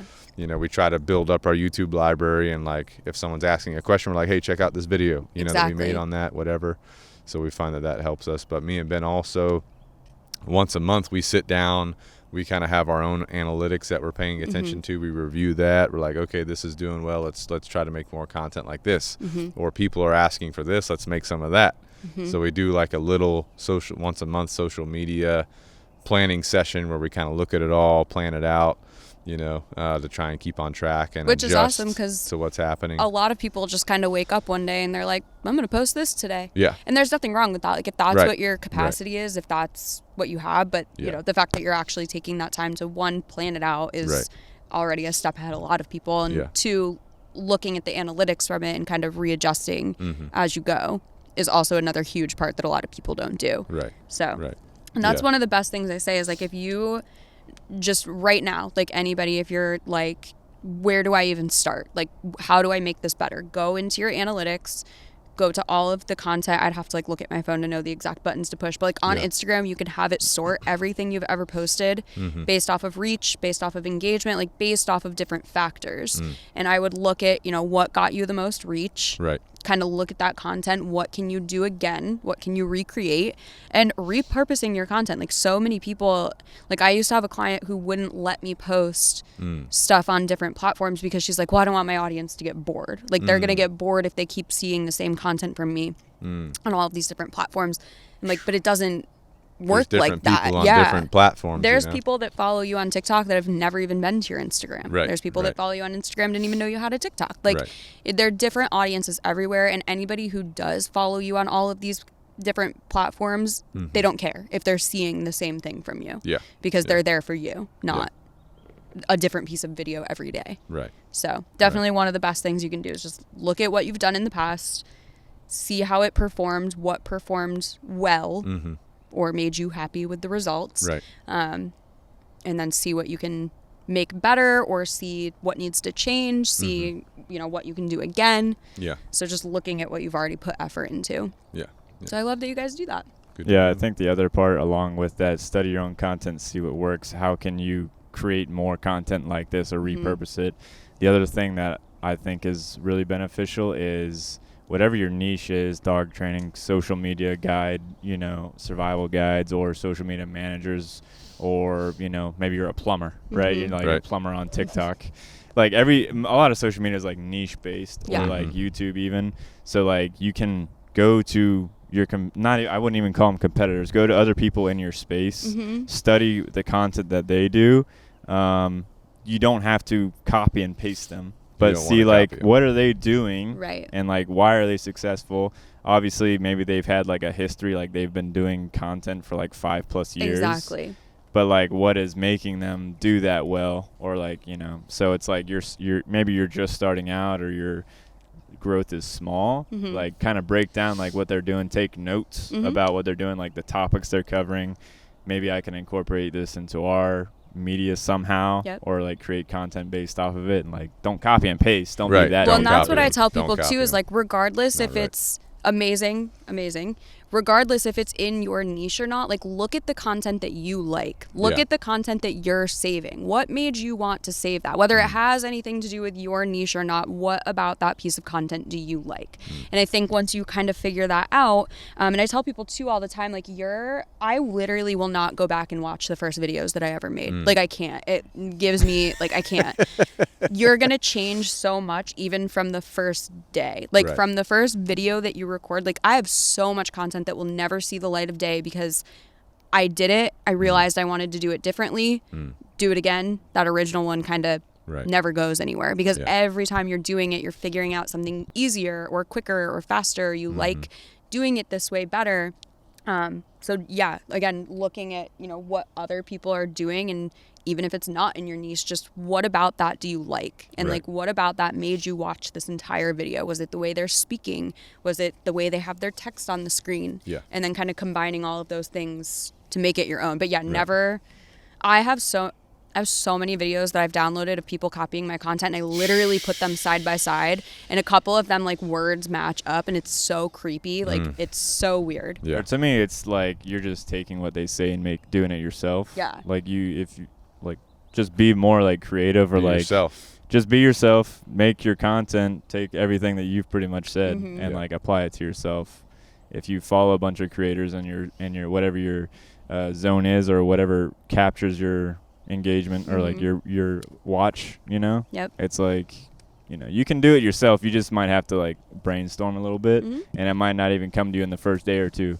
Maybe you'll be sitting on it for a while, and like boom, it'll come to you. Yeah. People also think they're going to get followers and likes and all that rapidly. It's like, no, this is like a long game type scenario. Well, because I say that all the time. Just because you put the effort in to make content doesn't mean you're deserving of anybody to watch it. Like, it sounds super harsh, but like a lot of people are like, I've posted 100 TikToks this month and I have gained 20 followers, but they think just because they're putting the effort into posts, they're deserving of that following to grow, and they refuse to look at like, could I be doing my content differently? Did I, misinform somebody? You got to adjust. Exactly. if Or what you're doing. ain't working. even if you hit those like peaks, like let's say you get a viral video like that gets 1 million+ views on TikTok or whatever, at some point you're going to start down again. Oh. Your Yep. views are going to go down, Yeah. and then Yeah. you like You're don't not gonna get stay super viral at all critical on times. yourself. You have to Right. understand, like, you know, it's like a graph. Yeah. You know, like The social second media to is a last graph. TikTok you know? that I posted is at like 300,000 views right now, and the one I posted yesterday has literally been stuck at 300. Yeah, like it it's just weird happens. like that, like isn't it's it? Yeah. because Yeah. there's not a one size fits all, and a lot Right. of people, when you see somebody who constantly has like 1 to 5 million views on every single one of their videos, it's because they've established themselves so hard into that specific niche, and Right. people like them. Well, like, they might have 8 million followers too. Right. So it's like a portion of their followers Yeah. are what's watching it. You know. and so- that's the thing is like I hate the like vanity metric of having a certain number of followers, because it literally doesn't mean anything. It doesn't mean that more people are going to see your content. It means that you now have somebody interested in you. And I tell everybody, like, your goal, because so many people are like, oh, the Instagram algorithm hates me, it's not showing my content, when really your goal should be with creating this content to get people to seek you out. Like, I want people to open Instagram every day and physically type in K9 Revolution to see if you guys have posted anything new.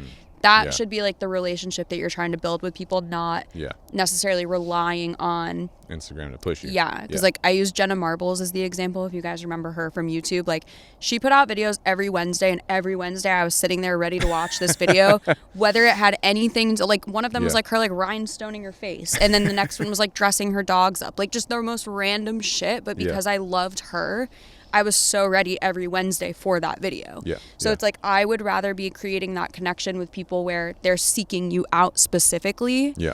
than relying on the platforms, because that's when you'll see the does really well, does not so well, does really well, Yeah. which is okay. And that's like totally normal, Yeah. because a lot of people do think like, oh, this is it. Every video from now on is going to get these views, and it doesn't. Yeah. And it's like disappointing, but Yeah, it's yeah, the reality absolutely. of it. Well, good to go. Well, Lex, before we get your closing comments, how was your first live podcast? Oh What'd my you God, it think? was so cool. You like the live versus the video or whatever you done? I do, yeah. I've done all of mine through Zoom, so Yeah. this is way more fun. Yeah. Yeah. Good to go. I'm glad to have you out here at the property. I'm happy know? to be out here at the property. We had the guineas for a while. They're gone now. They've moved on their patrol somewhere else. That's so funny. But what are your closing thoughts, closing remarks? What do you got for us? Well, first of all, thank you for having me Thanks out for coming. here. Honored to have you. Of course. Yeah, I mean, I think you guys are absolutely crushing it. I think your social media is so funny. It's a perfect mix between being that educational and being the entertainment while still kind of like building your authority there. Like, you're not, sacrificing all of your authority just for like the views and being funny and like just relying on the dogs to get you views. Like, I think you guys are amazing at putting your own touches on things. Yeah, I mean, if I could say anything, it's treat social media like a diary almost, especially if you're trying to build, a personal brand on that side. And I don't mean diary like go on there and like cry on your Right, story right. or anything, but like treat it like it's a friend. And especially for business owners too, I want you to treat your social media like it's an extension of your business. Like, because I'm really big about like the mindset on things. And like, if you are waking up every day and you're like, ugh, I have to post on Instagram today. Nobody's going to like it. The algorithm is going to show it to anybody. Like, that's the energy you're going to get back. So if you wake up every day and you're like, you know what? Social media is a place for me to find my people. I'm going to post this video. It's going to get me 10 leads. Like, I have 10 DMs right now that I can't wait to answer. Like, make it exciting. And it's hard because I know that it's not exciting to everybody. If you need help with anything, feel free to DM me about anything. I always answer them. It might take 2 to 3 business days, but it'll get answered. But That's the other thing too. As a small business, as a business owner, as a media manager, things. Time burns very quickly. You don't get to you're not able to respond to DMs or things that Right. quickly. Text messages, they Yep. fall off. DMs fall off. I always mark things unread until I can get to me them. too. Emails, I might read them, see if it's an emergency. If it's not an emergency, I might unread it till I can get to it later. yep. So I don't live be by upset that, if someone unread. doesn't respond to you. But there are businesses out there that never respond, which is crazy to me. Right. And that's the thing is like, like you said, if you have this video that's getting 10,000 comments, you don't have to sit there and respond Right. to every single one of them. But Right. like, on just like an average day where there's a post and there's 6 comments of people being like, this is great, this is awesome, thank you for posting this, like those things you should be responding to. Because the other thing too is like you can hire somebody to just answer your DMs and do your engagement, but to me it's so inauthentic. Right. Like if I had somebody in there answering my DMs, people would know immediately if it was me or not. Right. So like that's why I'm like, I'd rather, you know, have a little bit of a wait time to answer. Yeah. But you know that you're talking to me. Right. Absolutely. And I prefer that with businesses too. So yeah. whatever effort you can put in, I know it's a lot. I tell everybody if you need somewhere just to like get yourself started, again, look at what you've posted and what's done well, but start a note on your phone. Like literally start that simple, and just every time you think of something, every time you see a video that you like, copy the link, paste it in there. Yeah. Audit later and figure out why you liked it, and just kind of give yourself that bank of ideas to go back to, because everybody's always like, I don't know what to post. Yeah. Yeah. Start that bank. When you have an hour one day to sit down and record something, knock out all of those topics. Yeah. And then you're good. Good to go. Yeah, start simple. That's my thing, is I like to keep shit simple. One piece of the puzzle at a time. Exactly. And don't overdo yourself. Yes. You know, take one piece, do it at a time. Maybe you have to grow your team. For sure. Maybe you have to bring in someone that's you know, like a independent contractor type person, like a manager to come in and assist, but one puzzle piece at a time, and grow your community, grow your platforms, you know. Because that's what I tell everyone. Like everybody, you know, you'll see a lot of people say like you have to be on this platform and this platform, and you do. Yeah. Yeah. But if it's just you, it's not realistic, and you're going to end up spreading yourself in your content too thin. Right, yeah. Right. So then you'll burn yourself out, then you'll be going down. You know? It's like stairs. Like get to the one, you know, quote unquote, master your Instagram strategy, then go up to TikTok, then go up to YouTube, then start a podcast. Your email list should probably be somewhere in those first stages. Like there's just so many different things. And that I always like to say, just vet your resources before you're like purchasing $1,000 courses that teach you how to build an email list. Yeah. You know, Absolutely. look into who you're trusting for sure. Good to go. Well, appreciate it, Lex. So for me, what I've tried to do with our podcast is talk about some of like the sponsorship things at the end. Because to me, I feel like if someone's listening this long, maybe they want to listen to it, maybe not, they can just turn it off at this point. So Pack Talk Podcast is sponsored by Canine Revolution Dog Training. Fancy that. Fancy that, you know. But also Canine Revolution Apparel. So we have our apparel going on as well. And people can buy that on Amazon. It was super important to me to get that on Amazon, because for me, if I'm buying stuff, I'm like, Amazon is where I go. Oh, 100%. I do not want to go to any stores if I don't have to, because I don't have time. Right. You know, ship it to me, deliver it, I'm good to go. So that was our priority. So we do have dog training shirts. We have guinea shirts. We have chicken shirts. We have hoodies. We have rain jackets. We have mugs. We have all kinds of stuff on there. So if you haven't, Lex, check it out. I will. But if you're listening to the podcast, that's one way you can support the podcast. And one of my favorite shirts that we have is our Good to Go shirt. I love it. Because I love saying good to go for some reason. Catchphrase. It just, you know, became a habit for me. I say it all the time. And then one time I told someone, that's not good to go. They were like, I've never heard you say that. It's not good. It was when I was training with them and their dog. I was like, that's not good to go. And they were like upset that I said it's not good to go. Then I was like, hey, don't worry about it. Don't worry about it. You know, we're good. So anyway, so we do have a good to go shirt. You can get that on Amazon. Also, I am an affiliate for Jocko Fuel and Origin USA, like we talked about. We're drinking some Jocko Fuel right now. What do you think? I love it. You like it? Yeah. It's not like that energy drink that's going to like hit you hard and like crash you. It's like that slow increase, but it also has the nootropics in it that'll bring you aware of your whole body sensation. Yeah. You know what I'm saying? But it's clean energy. And the other thing I like about Jocko Fuel and Origin USA is it's made in America, sourced in America, so 100% American. And Americans are making this stuff in Maine and North Carolina. They're making more plants other places, so I like supporting America. But it's also like good ingredients for you. There's no fillers or anything like that. Like they have protein, they have all this other stuff. So I take the protein. It's called Molk. I like it. It's good to go. And the Jocko goes. So anyway, the Origin USA side of the house has jeans, belts, boots, all that kind of stuff. Ben has some boots. Buffalo boots, bison. Yeah, they're actually good for the winter. And he's got some jeans, which, you know, every time he puts them on, I give him a good slap ass. Hey, good job. You know? But Talk to literally HR. Yeah. literally the Origin USA Delta 68 jeans are like yoga pants to me. Like they're so that's so flexible funny. and stuff, so they're nice. So check that out if you want 10% off. Singer 101 is the promo code for that. And then we do have something else coming up, which I do want to hear what you have to say about this, Lex, is what we're trying to create is a network, a community locally. And so Love we're that. creating some NFTs. Do you know what those are? I do. And so this is like a new thing coming out. We're trying to beat the curve, but basically we're starting up an NFT program where our alumni, it's going to be released to just our alumni at first. So you do qualify for that. But, you know, these people can get the NFT, and I'm building a network with local businesses where if they go present the NFT to the business, they get a discount or they get this perk or that perk. And I'm trying to make it relevant to, you know, dogs at first, and then just other things people might enjoy or might like.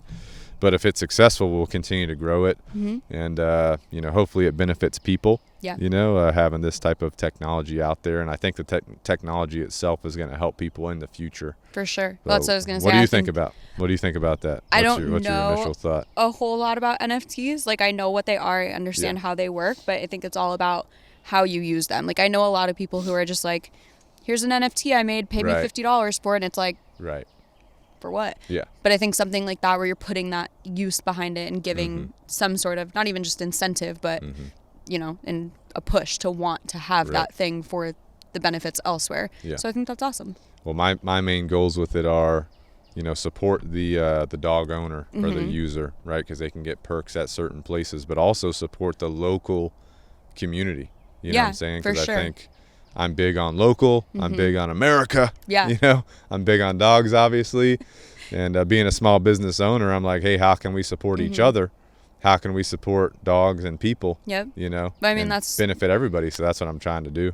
like I said, like that word of mouth and traditional face-to-face marketing. I think a lot of people forget about that and forget how powerful that can be. So something like that, like I try to encourage my clients to do, like one of my recent clients is doing right now, like they have a special package that you pay X amount and you get a service from her and you get a service from somebody else at a different location. Oh, nice. So it's like, you know, they're sending their people over there. Same and their type people, of thing, community thing, or referral program or something like that, you know? Yep. So anything that I think can get other people or other businesses involved shows that you're putting in that initiative. Yeah. I love that. Good to go. Yeah. So if you guys are listening and you're interested in getting into the NFT program, we will be launching that soon, but you can reach out, ask questions about it. We'll send you some information. But also, if you're a listener, we really appreciate you. Not you guys, we appreciate you. Exactly. Right? The listener. And if you enjoy the podcast, please rate us, please review us. That does help us reach more people. Send us your feedback because we will listen to that. You can get in contact with us. You can hit us up on the link in the description below, info@caninerevolutiondogtraining.com, or you can text us and get in touch with us that way. But Lex, thank you again for coming out. Thank you guys. Honored to have you on the podcast. Honored to get your information, your knowledge, and love seeing you grow and love seeing what you do, and also Same learning to from you at you. the same time. Yeah, So. same to you. And you are a founding member. I was going to say it's the least I could do when you fixed my dog. So And you know, let me know when you need chickens. I and can't we'll give wait. you the chickens. That'll be next up on the list for sure. So until next time, this is Pack Talk Podcast. Out.